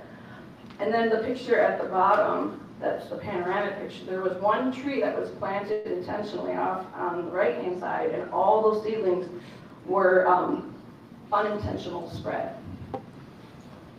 And that is also from the state of Michigan. We got that picture from the DNR. So next up is Japanese barberry. This is also non-native. It's established in Michigan, and it's widely planted. It outcompetes other plant species. It can change soil pH and nutrient availability. And one thing that's important to note about this species is there's a human health risk because there is peer-reviewed scientific literature that's been printed on that it creates ideal habitat for black-legged ticks that carry Lyme disease. So where there is barberry, there are increased presence of ticks, which we all know tick populations in the state have already been increasing. It's regulated in 13 states, and the weed risk assessment reported it high risk with high climate match for the state of Michigan. So we are recommending that it also be restricted with no cultivar exceptions. And here we have some photos. There is, this one on the left is a forest understory dominated by Japanese barberry in Michigan. And then the one on the right shows 2 barberry that escaped from cultivation in Manistee County, Michigan. And one of those does exhibit the cultivar coloration. I know a lot of people think of Japanese barberry as being red, but it can revert back to the green after having several generations in the wild while still being Berberis thunbergii, Japanese barberry. Next is water hyacinth. So this is an aquatic species. It's also non-native, but this species is currently not widespread in Michigan. It's been observed in unintentional releases in 13 counties, and it's currently, there's recurring populations that are under control by the Eagle Water Resources Division. So this is a fast-growing species that clogs waterways even in a single season. It's regulated in 11 states and 2 provinces. The weed risk assessment results showed it's high risk with some climate suitability in Michigan. So you just click to zoom in. This is our climate suitability map. You can see that along the coastal areas, especially in the lower peninsula, there was a lot of climatically suitable area where the rest of the state is likely to be suitable. We wanted to show this zoomed in to show you that we do have some important areas where we do have a high climate suitability match. Oh yeah, so we are recommending that the species be prohibited, also prohibited because it's not widespread in Michigan, and no cultivar exceptions. Okay, these are some photos that we have showing flowering water hyacinth dominating a waterway that is on the left-hand side. And then water hyacinth being removed by Eagle staff from the Franken Poet drain in Wayne County, Michigan, on the right. Next is water lettuce, another aquatic plant species. Also non-native, currently not widespread in Michigan. It has been observed in 16 counties in the state of Michigan. And right now there are recurring populations that are under control by the Eagle Water Resources Division. So we are spending state dollars controlling water lettuce and water hyacinth. It's fast growing. It creates low oxygen conditions in water even in a single season. It's regulated in 11 states and 2 provinces. It's also high risk with some climate suitability in Michigan. wanted to zoom in. Most of the state is climatically suitable, with a little bit of the Upper Peninsula being likely to be suitable. So again, since it's not widespread, we are recommending this one to be prohibited with no cultivar exceptions. Here, we got some photos. These photos were given to us from Eagle staff. So we have on the left-hand side, water lettuce dominating an inland lake in Michigan. And on the right, water lettuce being removed by Eagle staff from Rudderman Creek in Muskegon County, Michigan.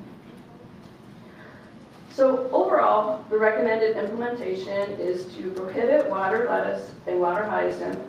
We would like the prohibition to begin 1 month after signing. Yesterday, we presented this to the Agricultural Commission. The order is going to be distributed for 30 days by law, where there will be a comment period. We are going to review all of the comments and go back before the commission at the next meeting, the Agricultural Commission at the next meeting in January, which is January 21st, to hopefully come to a final decision. We're recommending that common buckthorn, glossy buckthorn, calorie pear, and Japanese barberry are restricted, and for that, we're recommending the restriction begin January 2028. The reason for that being that they're already established in Michigan, and we want to try to minimize impact to industry and to nursery, horticulture, and landscapers by giving them a phase-out period to help minimize economic impacts to their business. So we're going to work with our partners to come up with some educational materials, such as alternative plants that they can be used instead.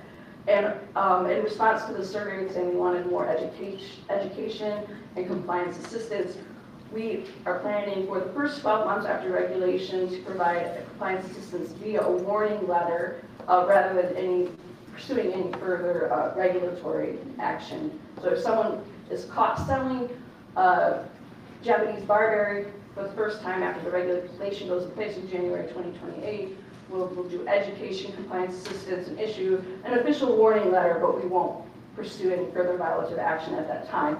If they're caught doing it again, then that will be a different story. So we will definitely keep everyone in the DNR in consultation as we move forward with these recommendations.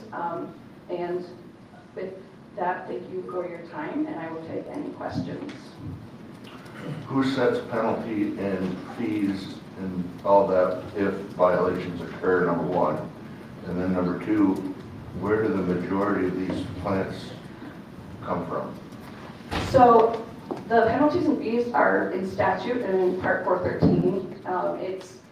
So we have to follow what's in there.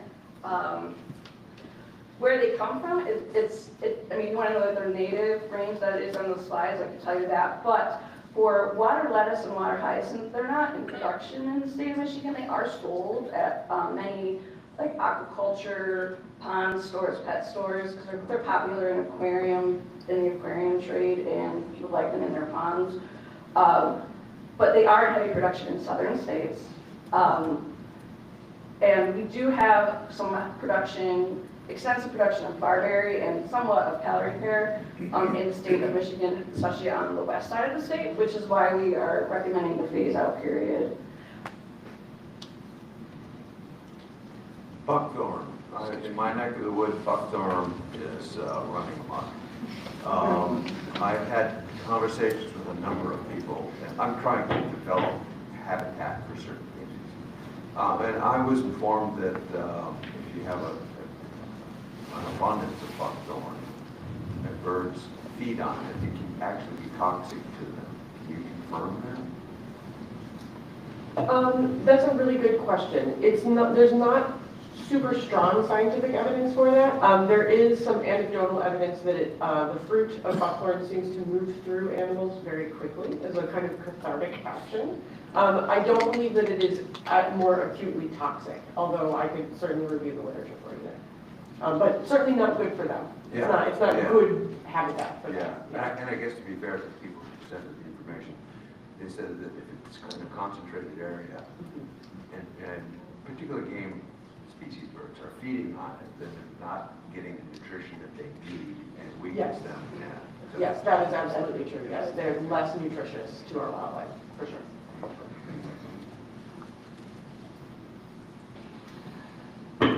Thank you for the presentation. I do have a question though. On authority, your consultation, are you looking for anything from us at this point? Because this will be approved through MDEC, correct? Because Correct. it's plant?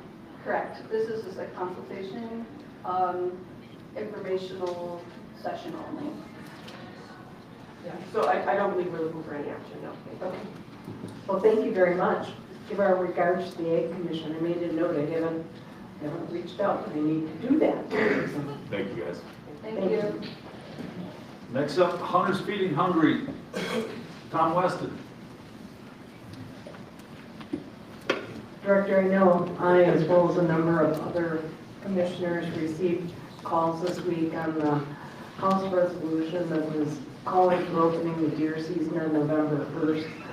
So with that, I know food and food security is a hot topic, especially as it pertains to budgets right now, and I appreciate the department getting this update. Thank you very much, Commissioner Humphries and all the commissioners. I appreciate the opportunity to talk about Hunters Feeding Michigan. I've been with the department for 10 years now, and this is the most fulfilling project I've ever worked on. It means the world to me, and it means the world that that's what we're supposed to do here in government, is help people. So the Hunters Feeding Michigan program is pretty straightforward. It was legislatively mandated back in 2005. You have an actual donation program. The program was kicked off in 2007 when enough funding came from donations from hunters and anglers when they buy a license. Those are the folks that are funding this program. Deer are provided through hunters, farmers, and specialized deer calls. One thing to remember is that one deer, on average, 35 to 40 pounds of ground venison equates to 160 servings. So it's an easy resource that's out there. Fiscal year 26, our new vendor is Food Bank Council of Michigan. They are a nonprofit partner with the Feeding America Network. Feeding America Network has 7 warehouses throughout the state, be it Gleaners, Food Gatherers, Eastern Michigan Food Bank, Greater Lansing Food Bank, West Michigan Food Bank. They are across the state. They have a fleet of trucks and warehouses, and they deliver venison to all 83 counties.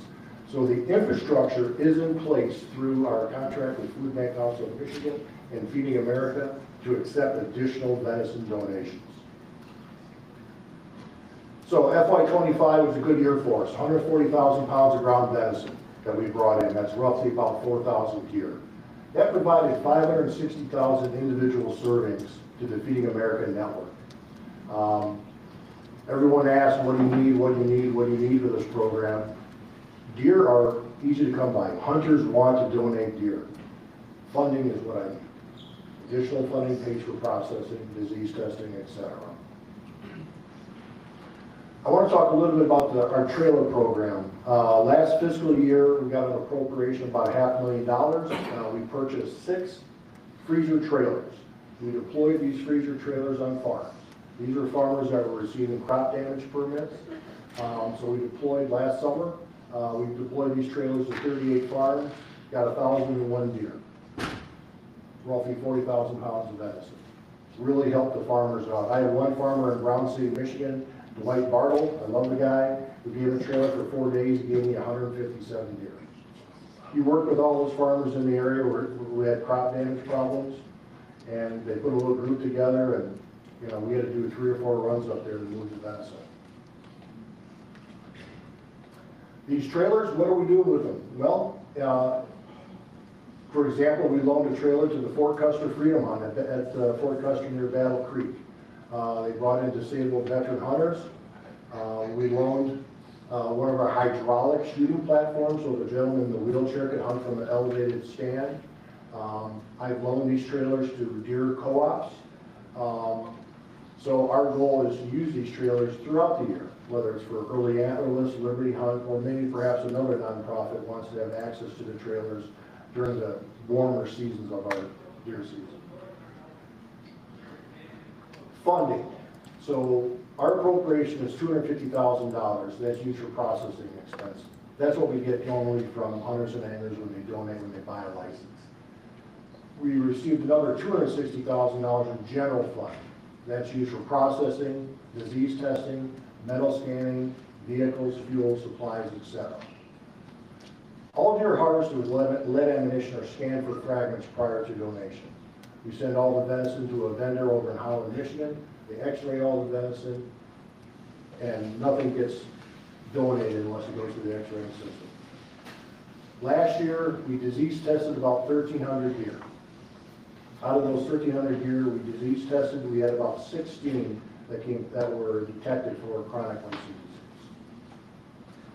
So this year I'm working with $510,000. That's going to give me 100,000 pounds roughly of venison. Our cost right now is we're at $5.10 a pound. When you can go online, you compare that to Kroger, Meyer, or Walmart, they're anywhere from $6 to $8 a pound for ground beef. Some of the challenges we're having, so marketing and outreach, we got a $200,000 GF reduction in funding. That equals 40,000 pounds of ground venison. It's that simple. An additional $500,000 this year would get me to 200,000 pounds. But that's my goal this year is 200,000 pounds. I had 140,000 pounds last year. My goal this year is 200,000 pounds, God willing. Long term, what Food Bank Council of Michigan and Feeding America has told me is that when you get to 300,000 pounds plus a year, you're making an impact on food insecurity in this state. Southern Michigan, you know, it's key areas of Southern Michigan, there is an overpopulation of white-tailed deer. There's a lot of opportunity out there. Additional funding will help me reach those goals and really put a dent, hopefully, in food insecurity in this state. How do folks contribute? Pretty straightforward. When you buy a license, application, permit, snowmobile permit, ORV trail permit at a retailer, that retailer is supposed to ask you, do you want to donate to Hunters Feeding Michigan? Well, 75% of my donations come online. Retailers skip it. They go through them monthly, so it's a small portion. You can donate directly to Food Bank Council of Michigan here in Lansing. Just write them a check, attention Hunters Feeding Michigan. You can go to our website, michigan.gov, Hunters Feeding Michigan. There's a donate now button. You can scan the QR code. We've been lucky. We've gotten some private donations. We got a $50,000 donation from Food Bank Council. They had access to local LFPA funds, local food purchasing agreement funds. Got a $50,000 donation from them. Well used. That program ends this year. That funding ends this year. Any questions I can answer? Any comments? Yes, sir. I often hear from hunters, not in the southern part of Michigan where deer are most abundant, but still plenty of deer in their area that don't know how to get donated deer to you. Yes, yes. Do you want your name associated in concert with that? Absolutely, absolutely. We've got 13 processors. We just added 2 processors to the Upper Peninsula for Mr. Anthony, one in Gladstone and one in Escanaba. We pay these processors $3 a pound. That's roughly 120 bucks a deer. It's a fair wage. I'd love to have 100 processors out there. I'd have to pay them 50 cents a pound. As more donations come in, I'm able to pay these folks and add additional processors. But these processors today will take deer from us really from the beginning of crop damage season all the way through the end of January. They're able to keep their staff employed. But yes, please associate my name with that. Might be, and go ahead. Just a quick question. 4,000 deer is what you handle. How many can you handle with your current infrastructure? With the current infrastructure right now, I can bring in another 100,000 pounds. I've got the trucks with Feeding America where they're actually visiting all 13 processors in the state, picking up the venison, putting it in their freezer warehouse, whether it's in Greater Lansing or West Michigan, and then moving that venison to Holland for x-ray. So I've got that infrastructure in place. So that's about 2,500 deer, is that about right? Yes, roughly. Feeding America wants me to hit 10,000 deer a year. And, you know, when you look at the crop damage permits, you know, 2,200 farmers got 32,000 tags this year in 75 counties. Those farmers said they harvested 13,000 deer. You know, I got 1,000 of those deer. Crop damage permits, some of the culls that go on, there'll be culls coming this year in some of the southeast Michigan bigger cities. Those are nice because they're very controlled. Pretty much guaranteed, I'll say, I need 40 deer, I can pay for 40 deer, I'll get 40 deer. But with being in contract with Food Bank Council and Feeding America has opened the doors wide. They service all 83 counties. They've got trucks, they got the West Michigan Food Bank, uses the Upper Peninsula twice a month. Dropping off food, picking up food. Tom, can you tell us how much hunters and anglers contributed online to your program this last year? Yeah, this last year, about almost $300,000. Almost $300,000. We added a pop-up message. The gentleman here that came up with that idea is not here today, but we added a pop-up message. You buy a license, it's going to pop up right in front of you if you want to donate. We used to ask for $1, so we added the pop-up message and pushed it to $2, and that helped us tremendously.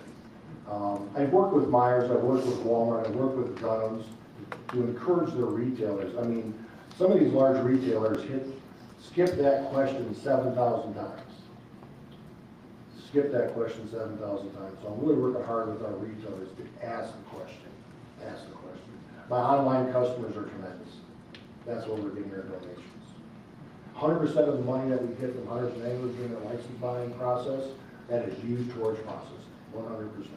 Is that every license, or is that just deer hunting? Every license is processing. It might be timely to get more information out on this. I heard information on baiting and feeding with the deer season this morning on the news, but I'm not so sure I heard this one, especially with all the interest in the legislature and what's happening nationally in food security. It would be a great time to, coming from the nonprofit world, we are not shy about asking for money often. Yes. Thank you. Thanks, Tom.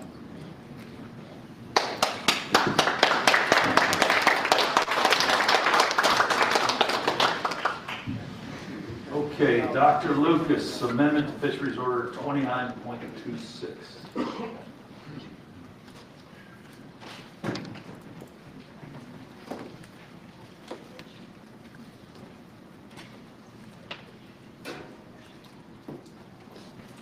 Morning, Director. Morning, Commissioners. My name is Lucas Nathan. I'm the Aquatic Species and Regulatory Affairs Unit Manager for the Fisheries Division. I come today wearing a couple different hats. The one you know probably most well for me is the regulatory hat for our division. But I also oversee our invasive species program for the Fisheries Division. So heavily involved in a wide range of invasive species issues, carp, crayfish, mussels, those kinds of things. Work closely with our partners that you heard earlier today, and our Eagle and external Island Basin, to implement a wide range of invasive species management efforts. So both of those hats are relevant here today, as I'm here to talk about regulations for largemouth and smallmouth bass, as well as concerns about brown goby and invasive species and predation on bass nests, as it relates to the introduced amendment for Fisheries Order 206. So as a brief introduction to this issue, just a reminder, largemouth bass, smallmouth bass are two species that guard nests. So the male of the species will set up and as eggs are laid down, will protect those nests and shortly after hatching as well. And the concerns that have been brought about are about predation of brown goby and invasive species on those nests, and what that can mean for impacts not only with individual nests, but to populations of largemouth and smallmouth bass. This is a topic that has been discussed over the last really several years at various advisory committee groups, including our Northern Inland Lakes Citizen Fishery Advisory Committee, as well as our Warm Water Resources Steering Committee. We've heard different perspectives among those different groups, from different anglers, from stakeholders on this issue, so it's one that we have been talking about at length. So today what I want to do in this presentation is go over a few different bits of information. First, just a brief reminder of our bass regulations in the state, and an overview of that introduced amendment on Fisheries Order 206. From there, I briefly introduce brown goby, the status in the state, as well as some of the common impacts and concerns that we have about that species. And then from there, do a really brief overview of all the information we have that's relevant to this decision, including a summary of scientific literature, an overview of our fishery survey data, as well as what we're hearing and seeing from anglers. And with that, I'll also provide a fisheries division recommendation for this order.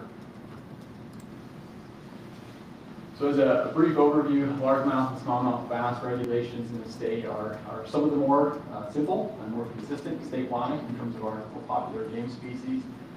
Since 2015, we have a year-round catch and immediate release season.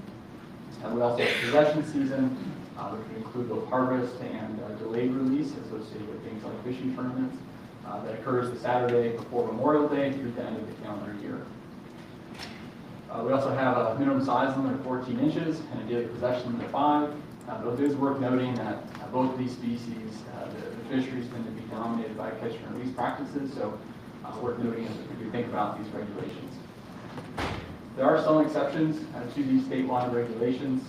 About 25 or so water bodies in the state have different sets of regulations. The most common one is a reduced minimum size limit down to 10 inches, and that's primarily motivated to try to encourage harvest for populations that have a lot of bass, and that high density can result in some slow growth.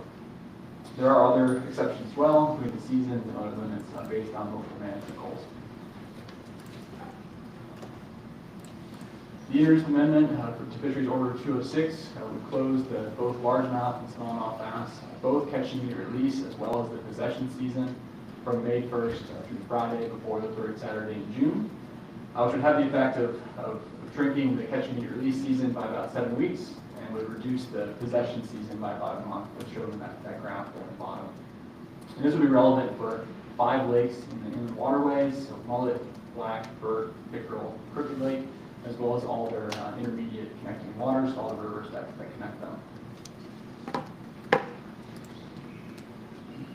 Brown goby is an invasive species that was introduced at its native range in the Black and Caspian Sea regions of Europe and Asia. Most likely introduced by way of ballast water into the Great Lakes and first documented in Michigan in 1990. Its current distribution, which you can see in that map in the bottom right corner, primarily they're distributed throughout most of the Great Lakes. They are found in some tributaries connected to the Great Lakes, but really their inland distribution is really sparse. They're really not found in many inland water bodies, and those that they are the ones that tend to have those direct connections to the Great Lakes.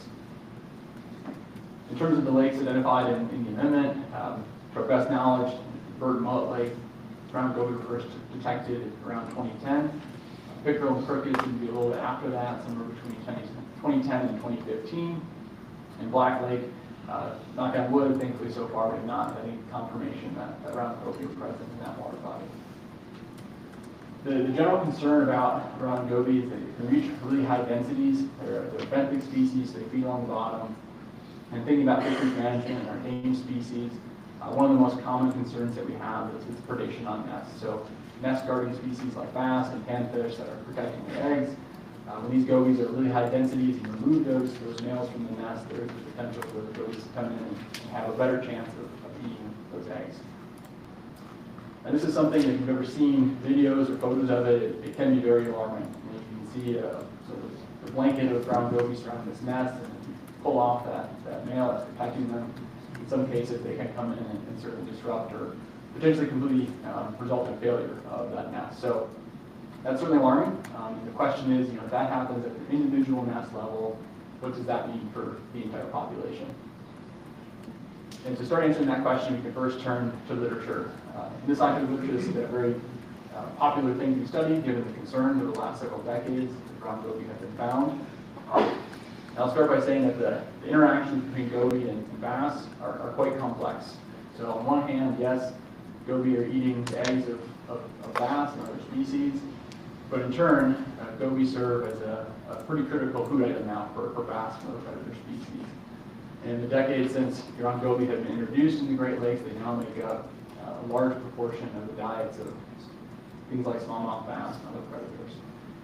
Also worth noting that brown goby in their native range consume a large percentage of dreisseniid mussels, so zebra and boggle mussels. So now that they're introduced here, it's actually one of the few species that we have that consumes those mussels and can sort of unlock those nutrients that are otherwise locked up in invasive mussels and make them available to our predator species.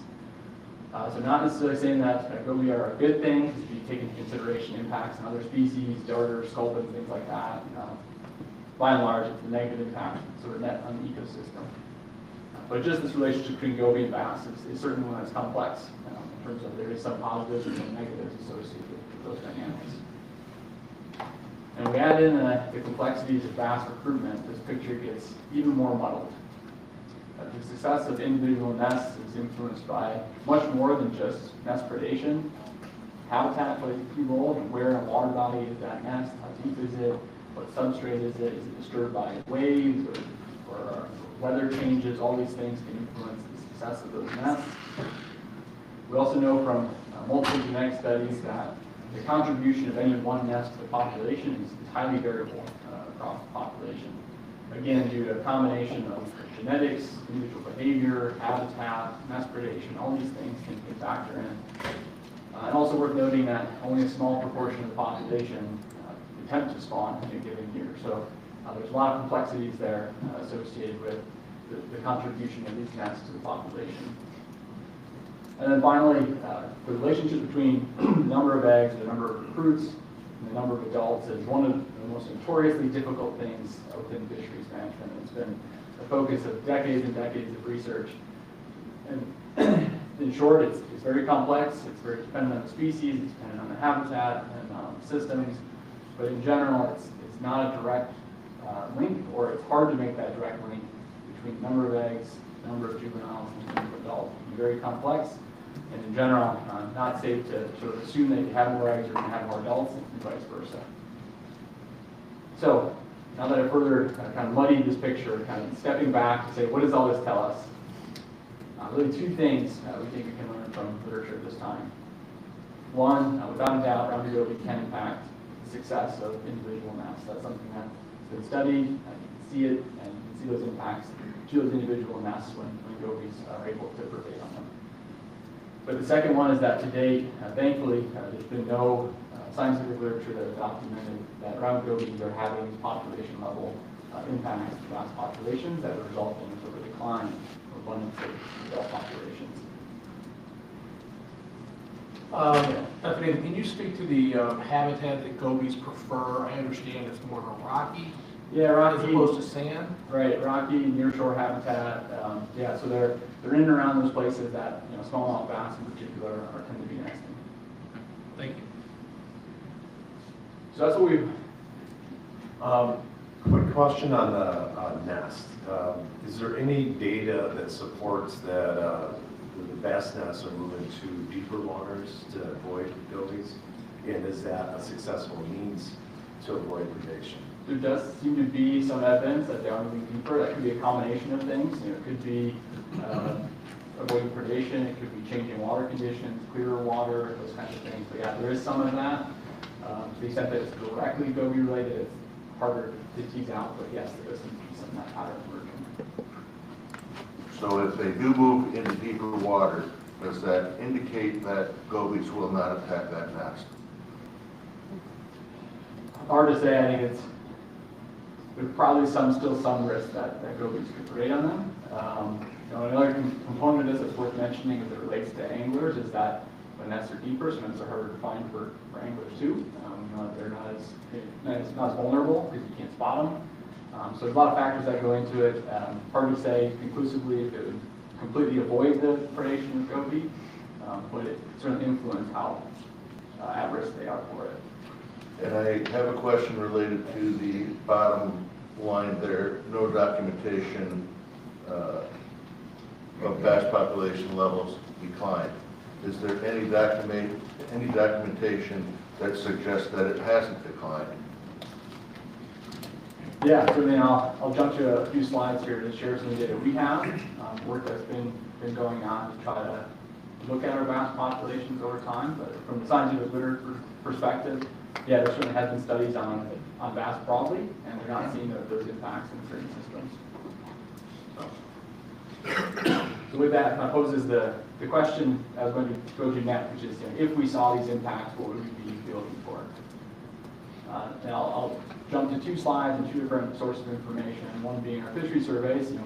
If we saw these impacts, we might expect to see reductions in recruitment, fewer juveniles, those kinds of things. But also from our anglers, we might expect to see changing conditions that our anglers are experiencing.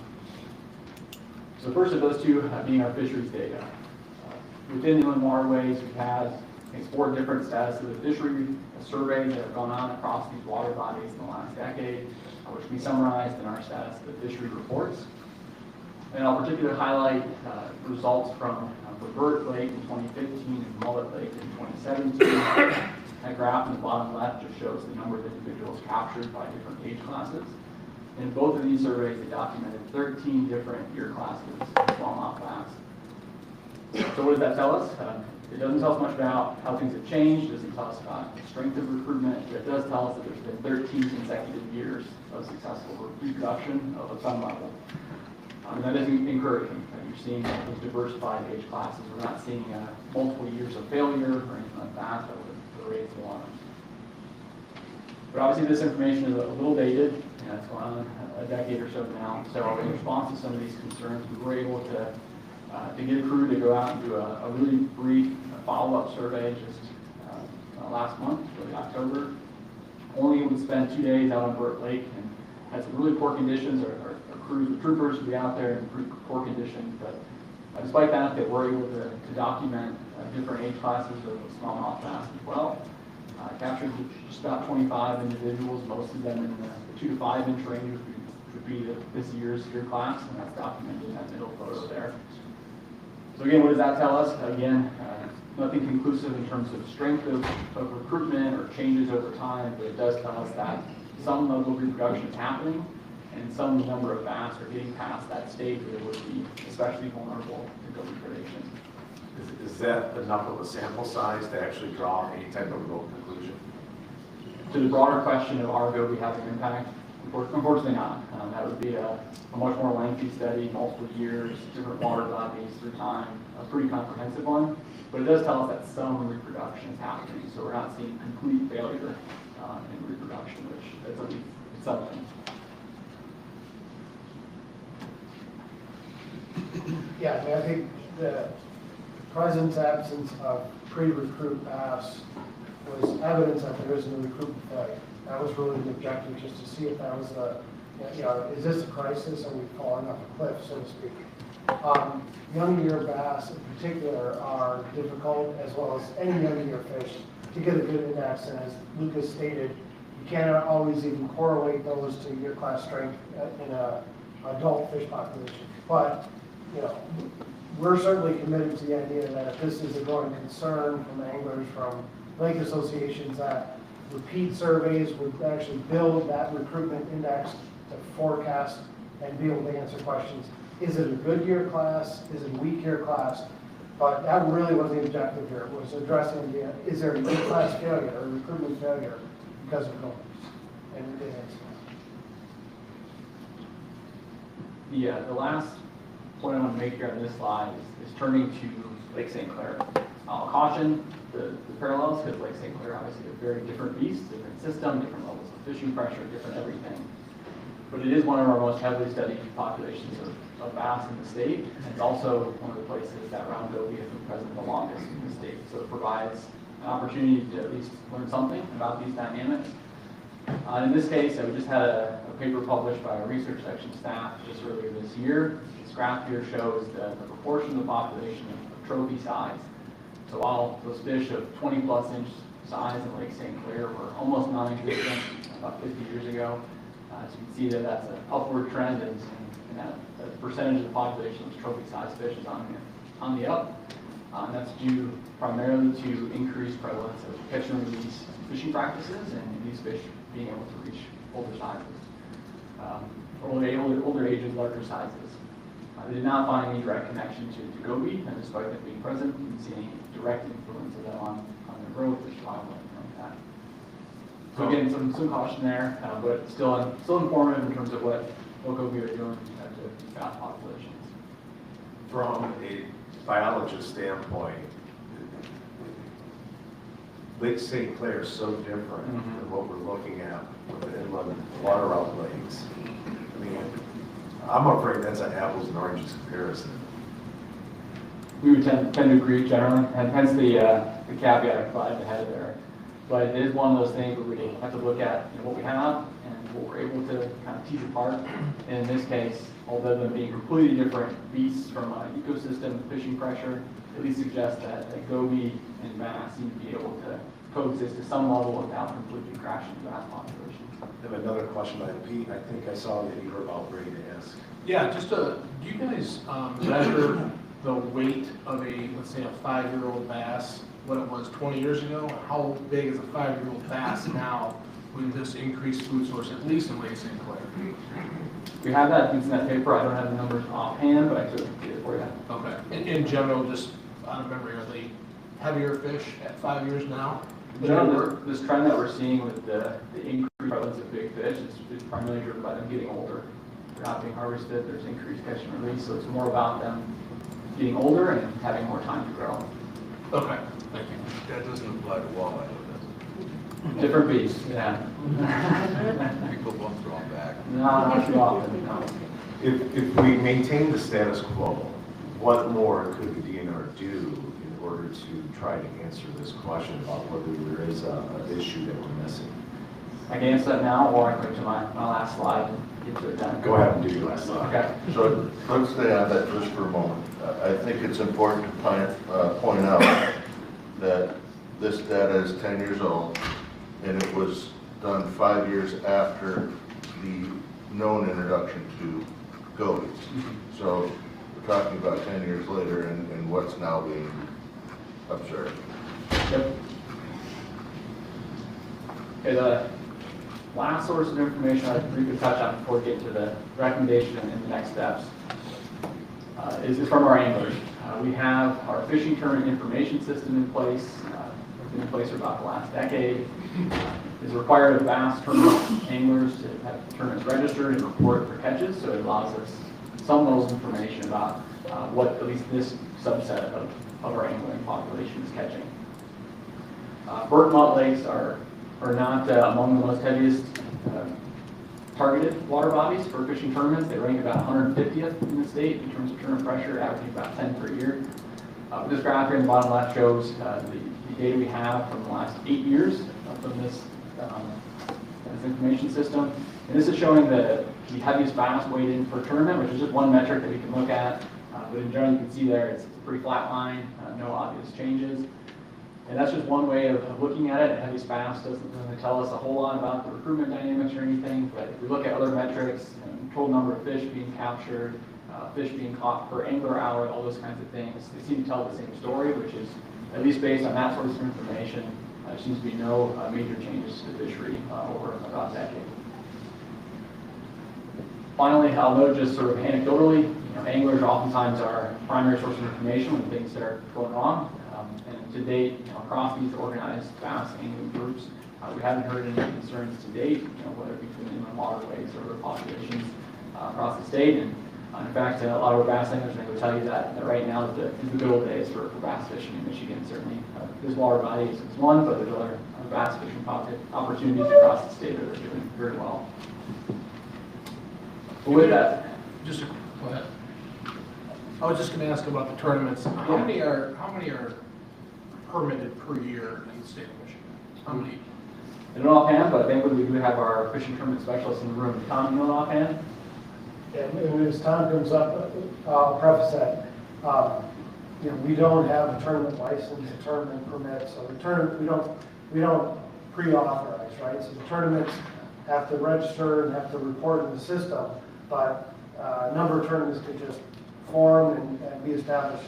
There's not a special license. You said offhand? Do you want me to come and use the Just mic, or can I just talk? Offhand average number? Yeah, so we get about 3,000 registrations a year once you factor in the number of tournaments that report that they've been canceled for low participation, weather, ramp conflict, something along those lines.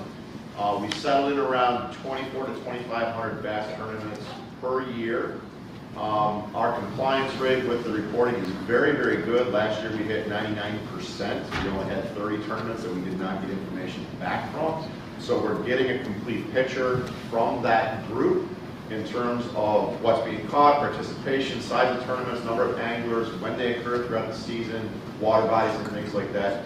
Those 2,500 tournaments are diffused around about 320 water bodies a year. If you look at the entire 10-year data set, There have been, I want to say, around 425 water bodies in Michigan that have hosted at least one tournament in 10 years. But on an annual basis, you'll see about 330 to 340 water bodies that are hosting at least one tournament or more each year.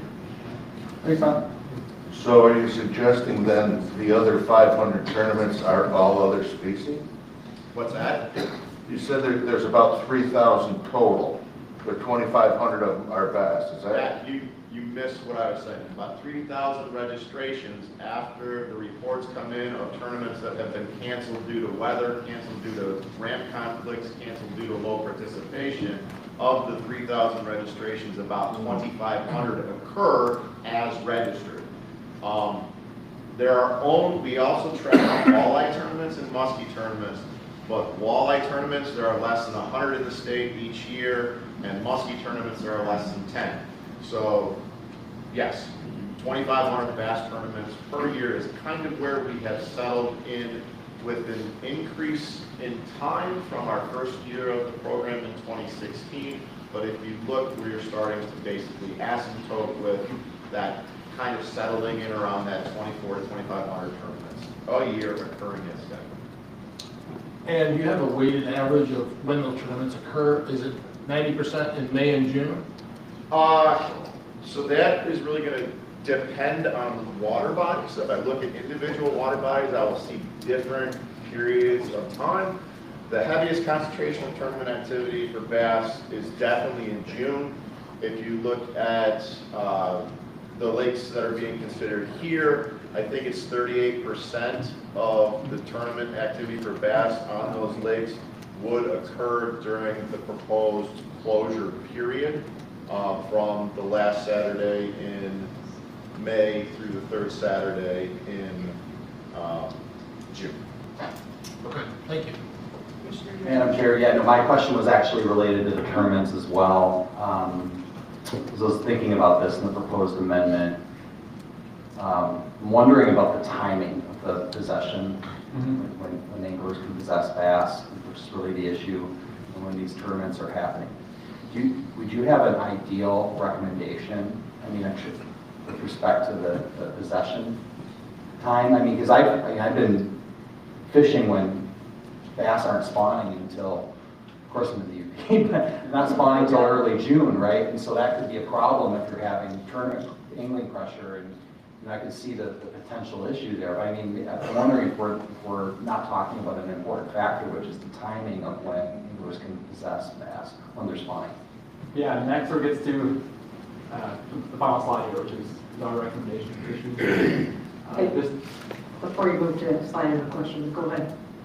That was it. Yeah. Do you want me to proceed, or did you have a question? No, I want to go back to this graph before. When I look at this graph, I couldn't read it over on the other screen, but it's heaviest bass weight by year on those two lakes. If we were to look at fishing effort, what would that graph look like?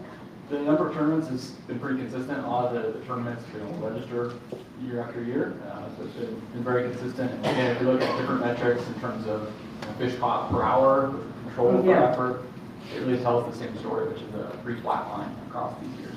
Okay, thank you. So to get into the recommendation, I think is your question, Commissioner Hyberg. At this time, our recommendation is sticking with status quo. No additional regulation changes for largemouth and smallmouth bass. That's primarily driven by our objective of maintaining fishing opportunities and diverse fishing opportunities for our anglers. Based on all the information we shared from the literature and our surveys, from our angling data, we don't see any obvious biological concerns that would warrant additional regulation changes at this time. So given that, our priority therefore is to maintain the opportunities that our anglers have. That being said, certainly more work to be done beyond just regulations. One of the most important ones for round goby at this time would be to continue preventing the spread of round goby. As I mentioned, their distribution is still very limited in the state. You heard a little bit about our prohibited and restricted lists earlier here today, and round goby are already on that list. So we have restrictions in place around their possession and their use to try to prevent the spread into additional water bodies. Additionally, a high priority for us is to continue to monitor this one. And we have these sorts of information, such as our fishing tournament information system. You also heard a little bit about our inland guide data earlier this year, so that'll give us another source of angler-based data that we'll be able to look at over time to see if there is any trends that are changing that would warrant additional concerns. And beyond those priorities that we are committed to already, there is additional work that we could pursue, contingent on capacity and interest of the commission, and if it could help inform decision-making. These would be things like surveying our bass anglers to evaluate concerns, as well as some ethical type questions. Through these conversations with anglers, we've gotten a sense that there is a strong social component to this, primarily based on just the act of nest fishing. That is obviously a more broader conversation that would be warranted, and if that's something of interest, we could look to use some more robust methods to get a better handle on how our anglers feel about that general practice. Additionally, we could do additional surveys of goby and bass. Commissioner Funes asked about what did that survey do for us so far. It was some, but certainly not the whole picture. If we wanted to truly address this question, we're likely talking years, a series of research projects to truly understand this dynamic for years at a time. And then finally, certainly if evidence of any problems occur, we're always open to reevaluating our current recommendation. If we saw there was any concerns that warranted revisiting, we worked that through our typical process, working with our advisory committees, our anglers, and our staff to identify what recommendations we consider. But finally, I'll just make a note on that capacity topic, and knowing that it's been a big topic for the division and department for a while now. Personally, speaking just from my invasive species management hat, it goes beyond just the funding part of it. There's certainly a capacity of our ability to address all the issues that we want to address all the time. When it comes to invasive species, there's no shortage of them out there. That's invasive carp, invasive mussel, both of which we talked about already this year. And those we do see as higher priorities at this time over this one. So even if funding were to be accessible and available for this type of study, it does result in a trade-off of those funds going to this issue as opposed to those other issues. So with that, certainly there's other opportunities out there to continue to get information to inform this issue. I'd be happy to take any additional questions. I think it's important to point out that the argument that the adults thriving, and I think everybody recognizes that they are. Your slide that showed weight capacity actually has increased a bit, and I clearly recognize that bass are a predator to gobies. I don't think that's an argument. I also think that other species that are predatory are also eating gobies, but I think it's also important to recognize that gobies populate themselves greater than what their capacity is of being consumed. In the amendment itself, it is not targeting tournament anglers. It is targeting the act of catch and immediate release. That also includes recreational anglers during that period of time. Now, we certainly have heard plenty of feedback from tournament anglers. There are also recreational anglers that have weighed in as well in a very supportive role, recognizing that they are seeing some changes. I just want to make sure that everybody's aware that it's not all one-sided, that we don't want this regulation, because that is not the case.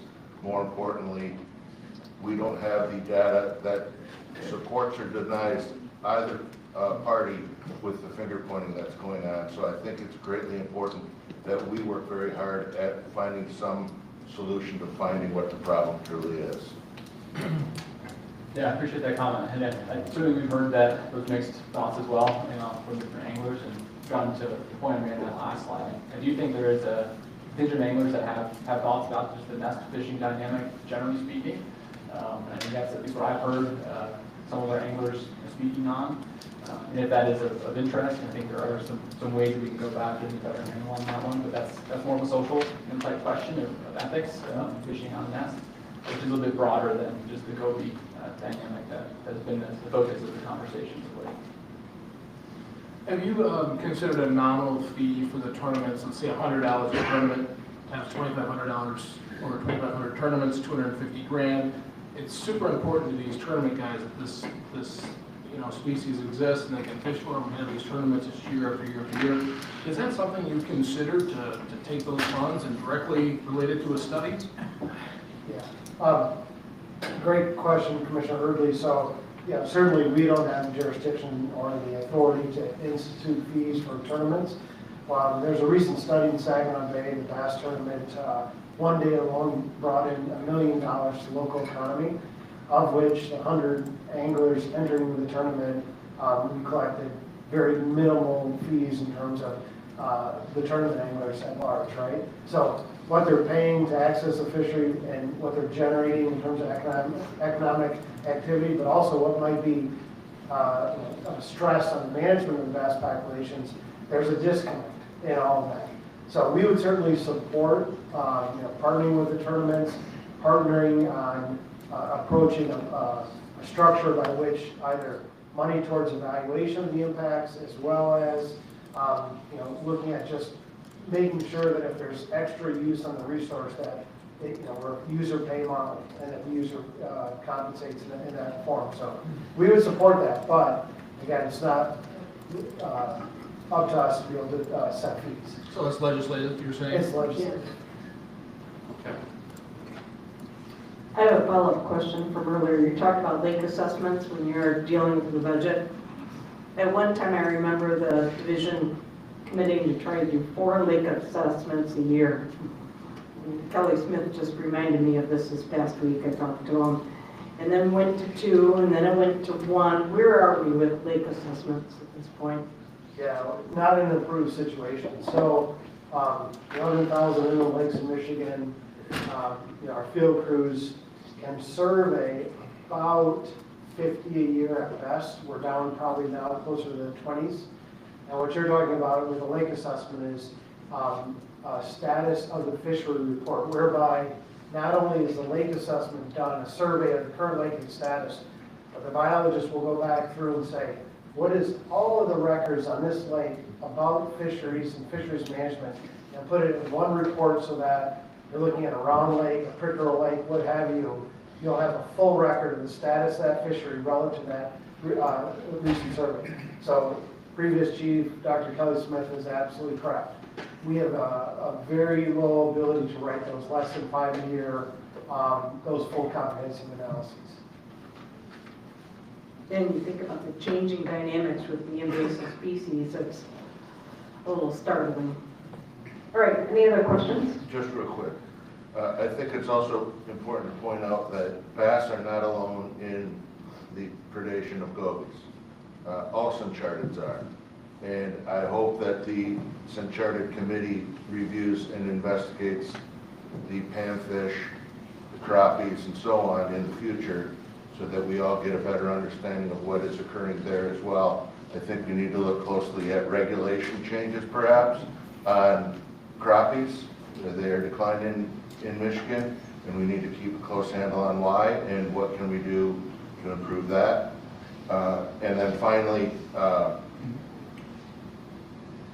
my train of thought. That'll be it. Thank I you. appreciate that. That's certainly on our mind as well. And you heard from the Synchartid Committee chairs. They're getting going, but certainly we'll keep the commission updated on their progress and identify next steps. Thank you.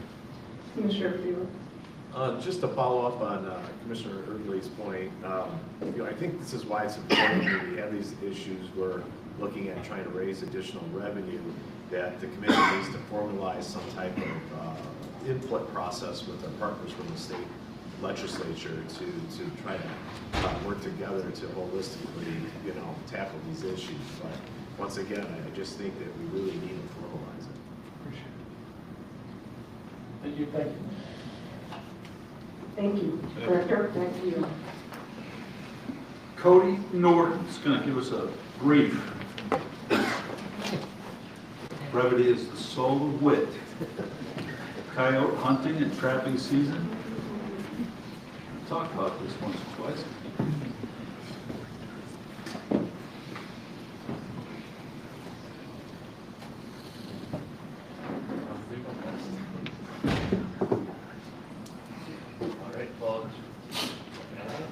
Good morning, Commissioners and Director. Director. Again, I'm Cody Norton. I'm the bear, fur bear, and small game specialist for the Canine Wildlife Division. And today I'm here to take us through a presentation outlining requests that you, the Natural Resources Commission, have made to the department for making changes, potential changes for our current coyote hunting and trapping seasons, as well as establishing a new coyote management season. And so, just to kind of outline, the Natural Resources Commission has made these requests known to us, or provided us with this request through 2 different resolutions. So the first one was in August, where the Commission adopted a resolution to enact a regulation for Michigan citizens to take coyotes year-round on public and private land through a combination of hunting, trapping, and lethal take of nuisance and damaging animals. That resolution was rather broad and a general approach that could have been addressed several different ways. So the Commission adopted an additional resolution in October, which provided that additional clarification on what changes the Commission would like to see in order to accomplish this. And I'm not going to read that whole resolution right now, but basically try to hear the presentation to outline what the requests were and then where in regulation we're proposing to address those. But before we dig into that too much, just want to review what our current open seasons and otherwise opportunities there are for taking coyotes in Michigan. So currently we have a coyote hunting season that is 9 months long, takes place from July 15th to April 15th. It just closed for a 3-month period when coyotes have dependent young. In order to hunt during that season, a resident needs to have a base license, and a non-resident needs to have a base and fur harvester license. We allow the take of coyotes during that entire period, during both daytime and nighttime, and allow, there are several different methods that are allowed to be able to take coyotes, including the use of artificial lights, predator and game calls, bait, and dogs. Cody?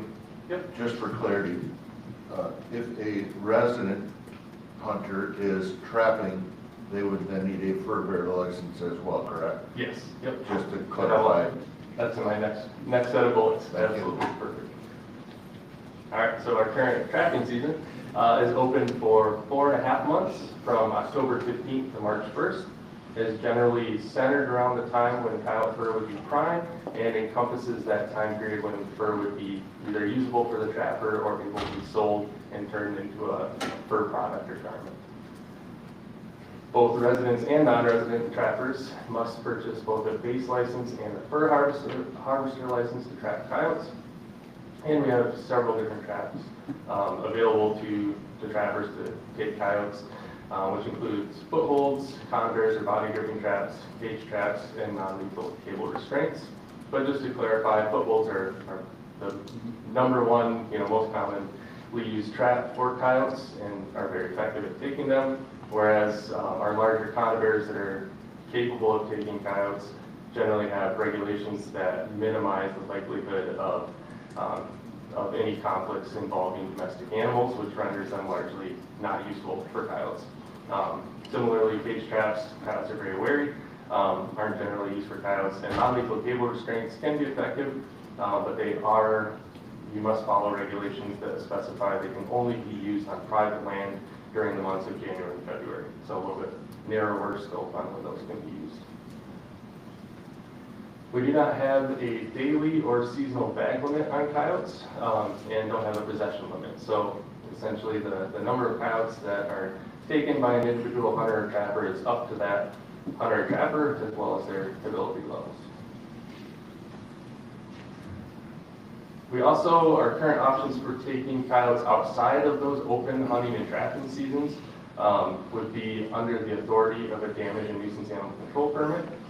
These are required by anyone to prevent or control by shooting, trapping, or otherwise the depredations of animals at a time or in a manner not otherwise permitted by law or order. So essentially outside of those open seasons or with methods that we normally wouldn't be allowed during those seasons. And so these are a very useful tool for us and for private landowners that are experiencing damage that don't otherwise hunt or trap. So they can be issued at any time during the year on public or private land, although for coyotes it's generally only going to be issued to private landowners trying to mitigate conflict. But the benefit of this is you don't have to have a hunting or trapping license and don't have to go through hunter safety in order to be able to remove coyotes that might be causing damage. In 2022, there was a regulation change allowing the take of coyotes under the authority of damage and nuisance animal control permit, but without actually obtaining a written permit.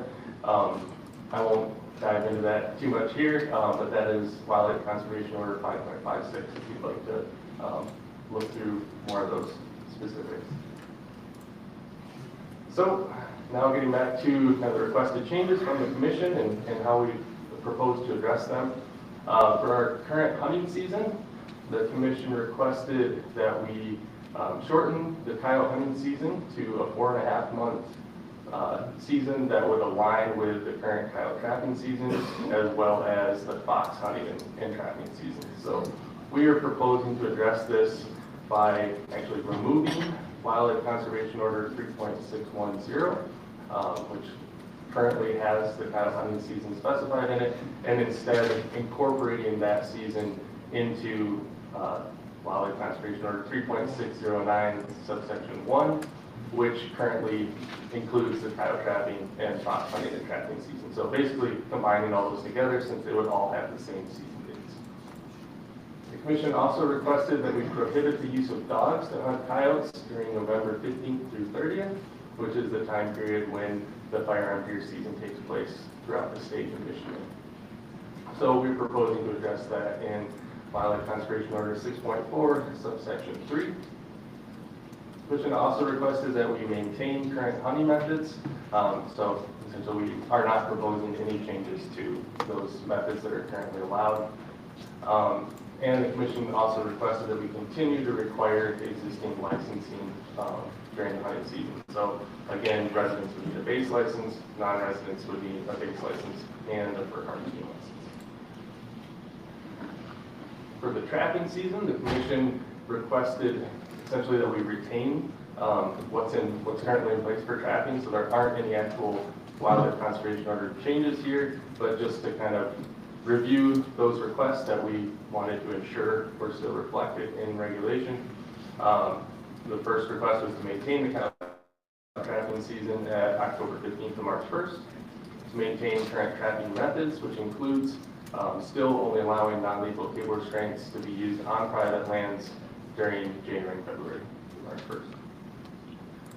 And continue to require existing licensing. So again, non-residents and residents would need a base license and fur harvester license to trap coyotes. So no changes here. And then the commission requested the creation of a new management season. So next management season is requested to occur from March 2nd to October 14th. So that entire time period when the normal hunting and trapping season would close would fall under this management season. So we've addressed that by creating a new section in the Wildlife Conservation Order, which would be 3.610A. The commission clarified or specified that the intent behind this management season is to address interspecies conflict and overabundance, which doesn't really need a Wildlife Conservation Order change, but just reflecting that here.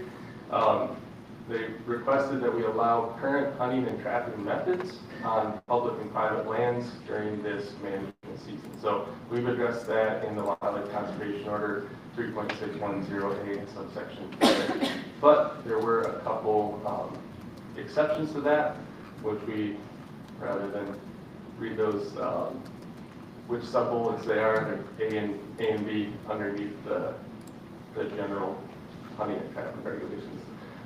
So one of those exceptions was the non-lethal cable restraints to be prohibited during the management season, and the other that the use of dogs would be prohibited during April 16th to July 7th, which is what we generally refer to as our quiet period, when dogs generally can't be trained or hunted on wildlife. The commission also requested that carcasses of coyotes taken during this new management season must be collected and disposed of. Those are addressed in 3 sub-bullets under Wildlife Conservation Order 3.610A, subsection 4, where we reflect what the commission asked, that those carcasses either be buried completely, wrapped and disposed of in a landfill, or allowing private landowners to compost carcasses on their privately owned land. Cody? Oh, sorry. Bullet point number 2, wrapped and disposed of in landfill. Wrapped in what? I guess we didn't add anything. What is it? What does it currently state? So in the resolution, it says disposed of in a respectful manner, either by burying completely or wrapping and disposing of in a landfill. So when I hear that, I'm thinking wrapped in plastic, and we're sending it to the landfill. It falls under disposal regulations. So there are disposal regulations in Michigan, and most of your disposal carriers require garbage to either be bagged or wrapped properly. Okay, thank you. Having been over DEQ for a short time in my life. Yeah. Perfect.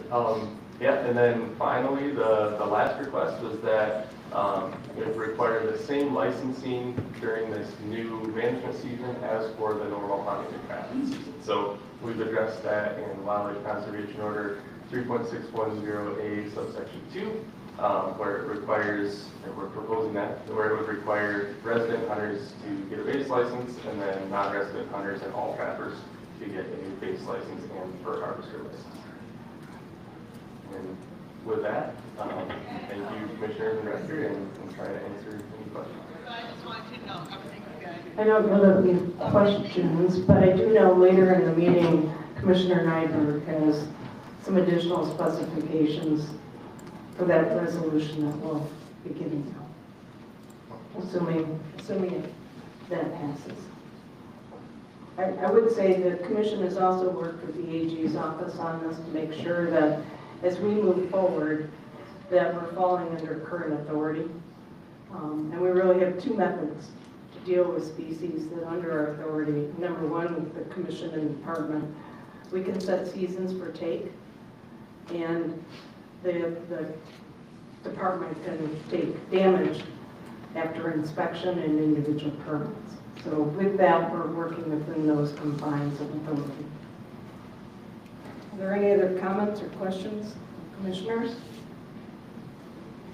Hearing none, thank you. Thank you, Cody.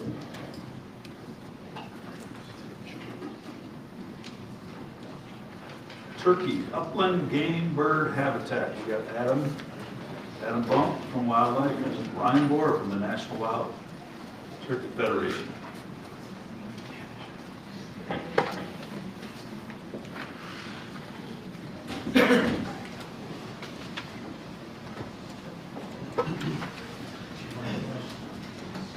I headed up north, yes. Good morning, commissioners, or afternoon, whatever, we're close, I think.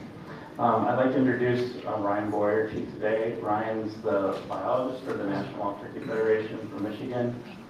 We'd like to have Ryan talk a little bit about some partnerships and habitat work that we've done.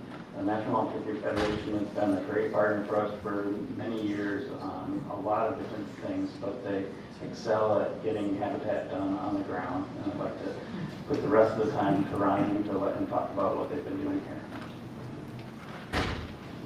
All right, thanks, Adam. Good morning, commissioners. Good morning, Director. Appreciate the opportunity here to be able to present to you all a little bit on the National Wild Turkey Federation, how we partner with the DNR, how effectively we drive our mission forward, and how that overlaps with our great DNR partners here in the state. So, Ryan Boyer is a biologist for the National Wild Turkey Federation, and my areas of coverage include the state of Michigan, Indiana, and Ohio, and I supervise our foresters in the state of Illinois.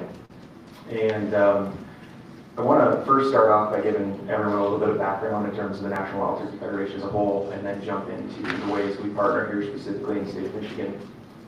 Our organization is a science-based conservation grassroots organization, nationwide organization, that's dedicated to the conservation of the wild turkey and the preservation of the hunting heritage. And it makes us unique in that sense because it's a twofold mission that ties us in and really emphasizes the importance of the conservation funding model and how that drives our work to deliver conservation work across the nation. And our organization was founded in 1973 by a group of concerned hunters in the southeast that had seen these precipitous declines in wild turkey populations and wanted to develop an organization and make a concerted effort to work with our state wildlife agencies to restore wild turkey populations to suitable habitats across the country. And so most notably, our involvement as an organization is work hand in glove with our state wildlife agencies to help restore wild turkeys to suitable habitats across North America, and arguably one of our greatest conservation success stories, and being able to play a role for that and working for a conservation organization that helped deliver on that. So beyond that, I want to talk a little bit more specifically about the ways that we partner and really the strength and the diversity and the different avenues in how we function as an organization. Our name, as it states, the National Wild Turkey Federation, truly functions as a federation, and we are grassroots based. Our leadership at the national level consists of a board of directors, their volunteers, and then as well as the state level, help make the determination of the direction for how funds are invested and how we can be more successful in being a partner to deliver on our mission objectives. And so here in Michigan, one of our primary tools to be a partner to the DNR specifically is through the strength of grants and agreements.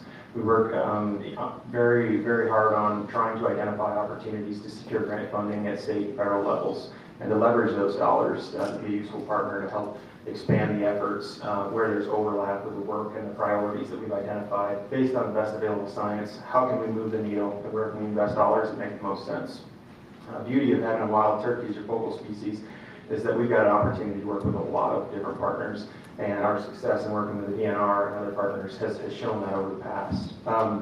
Another important note for how we work with the DNR is providing cost share support and funding for work that's being done, and the importance of our grassroots dollars to emphasize is that they're non-federal origin. So we can apply those dollars to work with the DNR to help further leverage against dollars like the Robinson funds, federal dollars, if there's an opportunity to expand our efforts and have a history of being able to do that. We also recognize sometimes our land managers, our area managers and wildlife biologists, our state wildlife areas, sometimes are precluded from being able to manage the habitat they need based on equipment restrictions. So we use the revenue generated from our grassroots efforts to be able to apply that to help assist our area managers and biologists with purchasing equipment. We also help aid in acquisition support, certainly recognizing the second part of our organization's mission specifically and the importance of our hunting heritage and the importance of hunting access and what that means to be able to get people out to help support our conservation mission and conservation as a whole.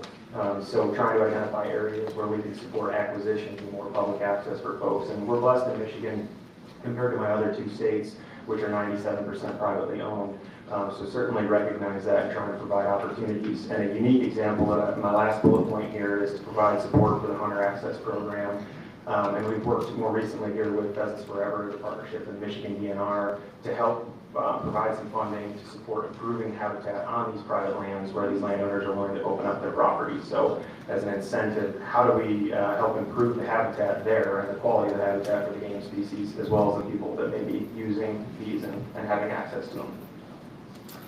So additionally, hunter recruitment, retention, and reactivation, certainly something I know all of you are intimately familiar with. This is something that we as an organization have taken very seriously and have been at the tip of the spear with a number of other organizations since it really started to become more widely known and recognizing the concern that a loss of hunters and what that means for funding revenue and streams across the country. And we've had an R3 coordinator position in the state of Michigan that works cooperatively with the DNR with support from some outside partners as well since 2016.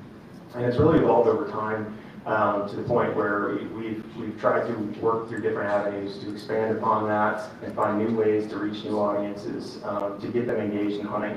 And right now our current R3 coordinator is working more directly with marketing and outreach division and trying to with a goal to increase the number of participants that are actively engaged in shooting sports, and how do we transition those individuals into hunting, recognizing that a bulk of the funding right now from PR is coming from folks participating in shooting sports, but how do we make that carry over and that transition to get them engaged in hunting?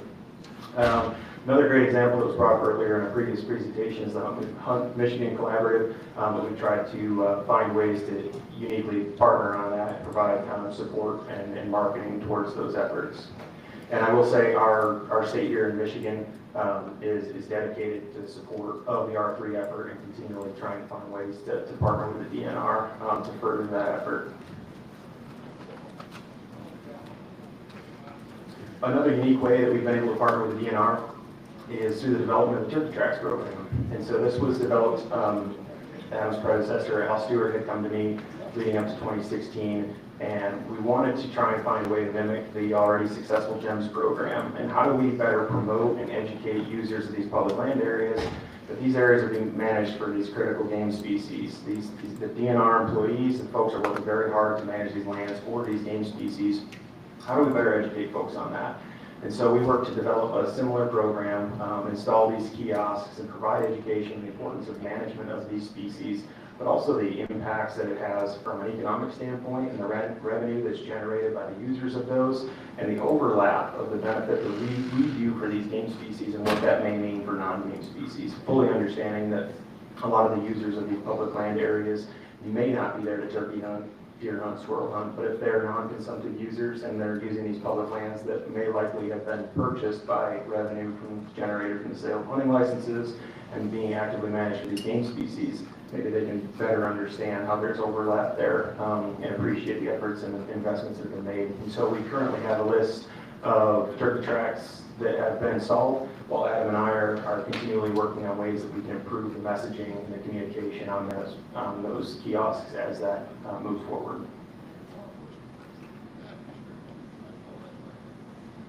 So another great example, I think, of success and cooperation, and one that the other states in my district are quite envious of, is this Wild Turkey Management Cooperator Patch. Began in 1988 and was initially administered by the Michigan DNR. In 2002, the Michigan DNR had come to the end of ETF, and they worked out an agreement and a memorandum of understanding in terms of how the state chapter may be able to assist the DNR with facilitating the sale of these patches, the overall process, and then be able to use those funds generated to apply them directly towards wild turkey research and habitat. And so I'm delighted that the past few years we've brought in roughly $20,000 in revenue from that to be able to apply it directly towards habitat management and research.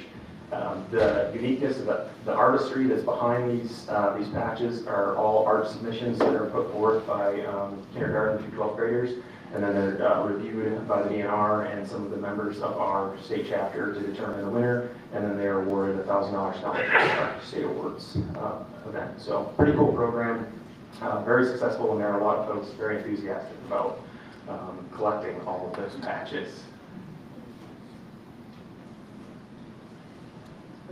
So I want to talk a little bit about wild turkey research too. Like I mentioned early in the restoration phase, we were very actively involved in helping state wildlife agencies, and we're in a new phase in terms of post-restoration era, and some parts of the country are seeing some pretty significant challenges in terms of estimates of abundance of wild turkeys.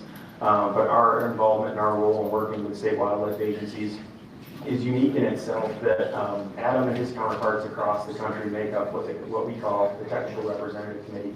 And prior to the NWTF being large enough to hire full-time wildlife biologists, we relied solely on the input from our technical representative committees to help drive and tell us where we should be investing dollars for doing research and conservation projects. We still work very closely with the tech committee and rely on their input and recommendations in terms of where there might be more significant needs.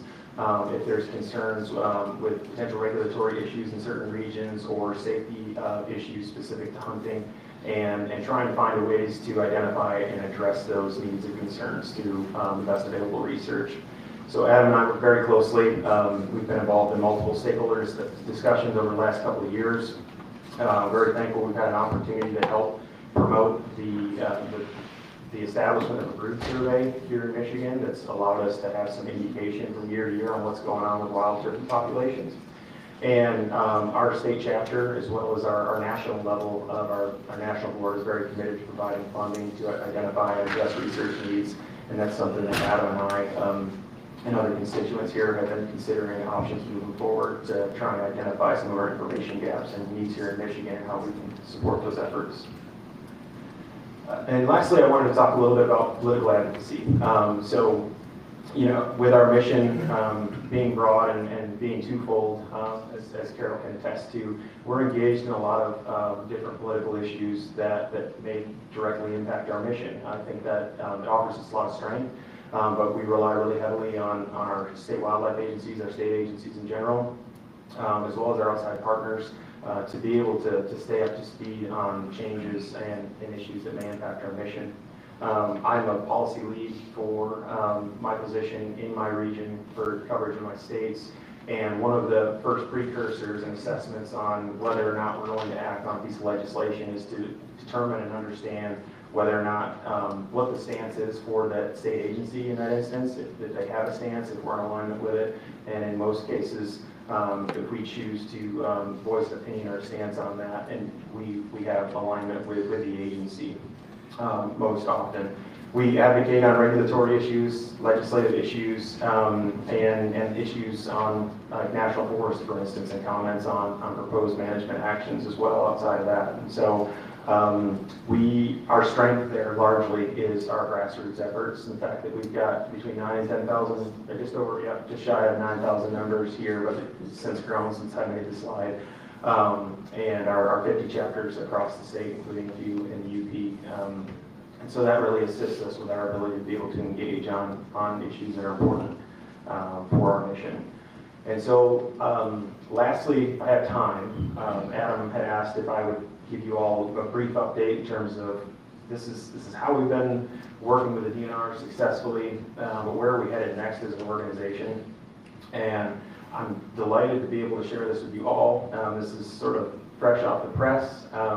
We've been in the process over the last couple of years of trying to identify new and unique ways to impact conservation at a landscape level and assess how we're doing it using the best available science. And within the Midwest region, which we defined by 9 states from Minnesota to Michigan, Ohio, Indiana, Illinois, Iowa, Missouri, and Kentucky, we recognize, as I mentioned earlier, that roughly 90% of that land mass in those 9 states is privately owned. And while we've got great examples of success and partnership in the stronghold with our state and federal agency partners, we recognize that we need to be doing more to expand that onto private lands. And how do we do that? How do we get tools to folks, the private landowners interested in managing their lands, that may be interested in improving that habitat for wild turkeys? We want to make sure that we're getting them the best available science, the data that's supported, and as the leading wild turkey conservation organization, we need to make sure that we can be that conduit for getting the correct information in folks' hands. There's a lot of information out there about managing turkeys. There's some misconceptions perhaps in terms of the effects or impacts for other wildlife species. So how can we do that without maybe necessarily putting more staff on hand and still trying to move the needle? So it's unique to us as an organization. It's unique to me as a wildlife biologist, placing more of a focus on education and outreach. But it's something that was mentioned in the early 1900s by Aldo Leopold in terms of the importance, and it's something that we're still seeing that we need to make an emphasis to try and turn the tides there and help perpetuate that land steward approach out there on the landscape. So we're still going to continue to build on the success that we've had as an organization and grow our conservation program delivery by 5% annually. We're not going to move away from the success and the model that we've built here in the Midwest and our partnership with the DNR and our success here in Michigan.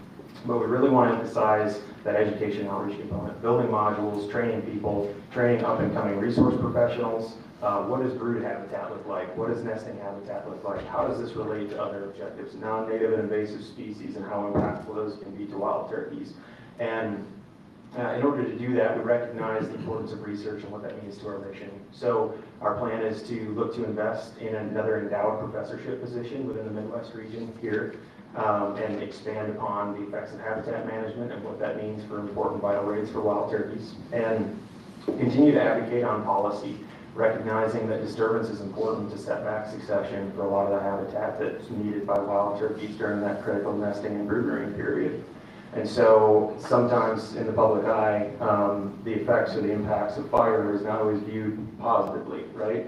The aesthetics of a timber sale, we all recognize, is not always favorably viewed. We've got long ways that we can go as an organization to help educate our constituents and our members, as well as the general public and legislators, to help move the needle when legislation comes up that may influence our ability to impact that across the landscape. I mentioned the education and outreach and the development of the modules, and then we're also going to expand on our content delivery. So I wanted to end it overall, the success. This project here was in collaboration and in part with funds from the Michigan DNR, partnership with the U.S. Fish and Wildlife Service, Partners Fish and Wildlife Program, outside funding support, partnership. It's adjacent to U.S. Forest Service lands where we've been doing work there since 2007. So we've had a lot of success in building programs and using a hub and spoke style design to take an example of what we know the science tells us turkeys need and work with multiple partners, and especially the DNR, to help drive those things. And so we've really placed a concerted effort on being good stewards of the dollars that we're raising, that our volunteers are working hard to raise for us, and being a good partner to the DNR to help deliver on those missions. So I hopefully I left enough time for any questions that you all might have, but I want to thank you again for your time this morning / early afternoon. Thank you, Ryan. Questions? Comments? I just have a quick question for you, Ryan. Can you speak to the threats of wild turkey habitat, predators? What's the biggest threat to the wild turkeys in your studies and biology? Yeah, well, that's a great question. It doesn't seem to be a silver bullet in the analysis of the studies going on across the country. Certainly looking at changes in land use and the impacts of that, as we're seeing the impacts of bush honeysuckle, buckthorn, for instance, loss of the understory. It's certainly impactful because we're seeing a shift in those habitat types, a loss of quality nesting habitat and brood habitat for those birds. Predators play an impact on that.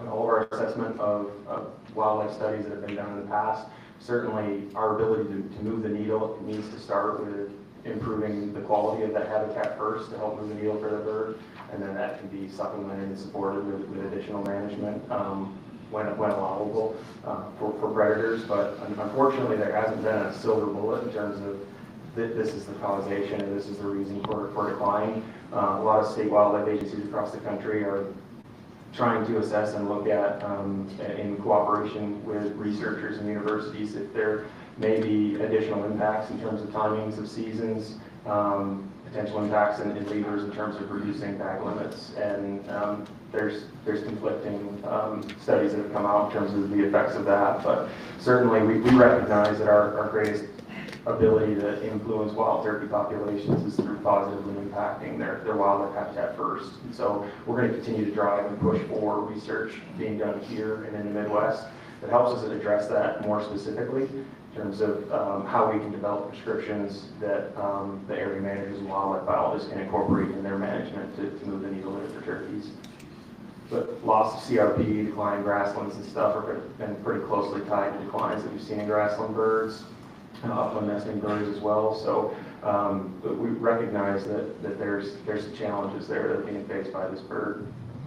Thank you. You're welcome. I'm going to follow up on that question if I might. I'm of the perception, correct me if I'm wrong, that ground nesting birds, including turkeys, are being hit hard, probably harder more recently from skunks, raccoons, possums, and that sort of thing. Living in the Upper Peninsula, I never saw a possum in the UP until I was well into my 30s. I'm told by old timers who probably aren't around anymore that raccoons were almost non-existent in the Upper Peninsula until the 1940s. That impact on ground nesting birds appears to me to be a very, very significant threat. Is that something that's on the radar? Yeah, it's that predator-prey relationship and its impact to wild turkeys is something that's being reviewed constantly by myself and my counterparts, as well as those researchers, and just trying to assess exactly how we might be able to affect that and how much that's impacting wild turkeys, especially like many of the nest-raiding species that you mentioned. Certainly, we understand the impacts, and I think a lot of the land use changes that we've seen happen over the course of the last few decades have been pretty favorable for like the species that you've mentioned. And so a lot of the research surprisingly also shows that wild turkeys they have a high propensity for being able to re-nest and be able to withstand a lot of these pressures. And so admittedly, expecting that you've got high nest loss on an annual basis, these turkeys can still withstand that and still be able to maintain relatively sustainable numbers. So trying to limit those pressures to quality habitat is our primary focus right now, but also understanding that that change in land use is being impacted by those critters as well. Thank you. And I just mentioned that one of our research priorities this year is to begin a study to better understand factors limiting turkey recruitment. So we should be, over the next number of years, presenting information on findings from that work. So it just felt like a good segue there to mention that. While we have Mr. Bump here, do these factors impact other game bird species, particularly I'm thinking of rough grouse? Yeah, when you look at those mesopredators, the skunks, possums, raccoons, they're very effective nest predators. Most research on most of the upland game bird species show that if you have high quality habitat, they can be resilient to those pressures. In studies where there's been aggressive control of nest predators, you can affect production, but it's usually at an extremely high cost time-wise and in population reduction of those predators, nest predators. And the instant you take that pressure off, they come right back to the original population densities. So often the most effective tool is through habitat management to provide a lot of good nesting cover and high quality nesting cover that helps them evade those nest predators. It doesn't mean, like Keith mentioned, when we look at some of this work, the research project will be looking primarily at hen and nest and brood survival. We'll be looking at the impact of those mesopredators to see, but trying to affect controls on the predators is usually not the most effective way to mitigate their impacts. It's usually habitat. Thanks. In my neighborhood, you get a six-pack of beer if you take one out. Any other questions? Commissioner Never? Thank you, Madam Chair. Ryan, thanks for the presentation, whole panel. Really interesting, and I'm really interested and excited about the Roots to Roost initiative that you mentioned. And as somebody whose day job is deals with partnerships at higher education institution, really aware of the impact that creative partnerships for endowed faculty positions can have in teaching and learning, but also in helping undergraduates and graduate students to do interesting research. And I'm interested in that, and I'm wondering if you could talk a little bit more about that and where it's at in that overall initiative and how that comes to play. Is that going to be based in Michigan? Is it throughout the Midwest? What does that partnership look like? Yeah, great question. So where we currently stand, 3 years ago now, we had developed our first endowed chair position in partnership with Warnell School of Natural Resources, University of Georgia, that's currently being chaired by Dr. Mike Chamberlain. And there was a lot of excitement and interest within our supporters of our organization and donors, but fully recognizing that we need to continue to push research. And how do we do that to ensure that that's being done in perpetuity? And so our initial phase of our plan is to assess potentially up to 6 endowed chair positions across the country, geographically distributed, with a focus of one for sure taking place here in the Midwest, one of our universities, where there's a focus on natural resources, wildlife management. And so we're in phase 2 right now, where we're looking to finalize and secure the remaining funding for an endowed chair position at Southern University in New York, and then Mississippi State University as well. So there's a lot of opportunity, and it's continuing to move as our folks at our management team level are assessing where those next and best opportunities will be. So certainly more discussions. A lot of them are being held at levels higher than myself, but we currently have a vacancy for our national science director and research director position. So I think as soon as we get that, there'll be a return focus on identifying those and setting one up. So I'd love to see one potentially come here if at all possible. That's awesome. Thank you. Yeah, congratulations. It's good stuff. Well, thank you. I know I'm very jaded, but we have one of the best biologists. NWTF has incredible staff, but Ryan is at the top of the heap, and we're very blessed to have him here. And there has been a long-term partnership between the DNR and National Wildlife Confederation, and hopefully it will continue well into the future. So thank you. Great presentation. That complete your report? That's all you got? I don't know. Commissioners, we are going in audience 2. It is 12:22 according to my clock, and we're going to meet back here at 1 o'clock. We're going to take a short break for lunch, and we'll meet back here at 1 o'clock. What? Legislative report. Oh, yeah, in your packet is a legislative report. You don't have an oral report on that, just written, correct? All right. So with that, we'll break at 12:22.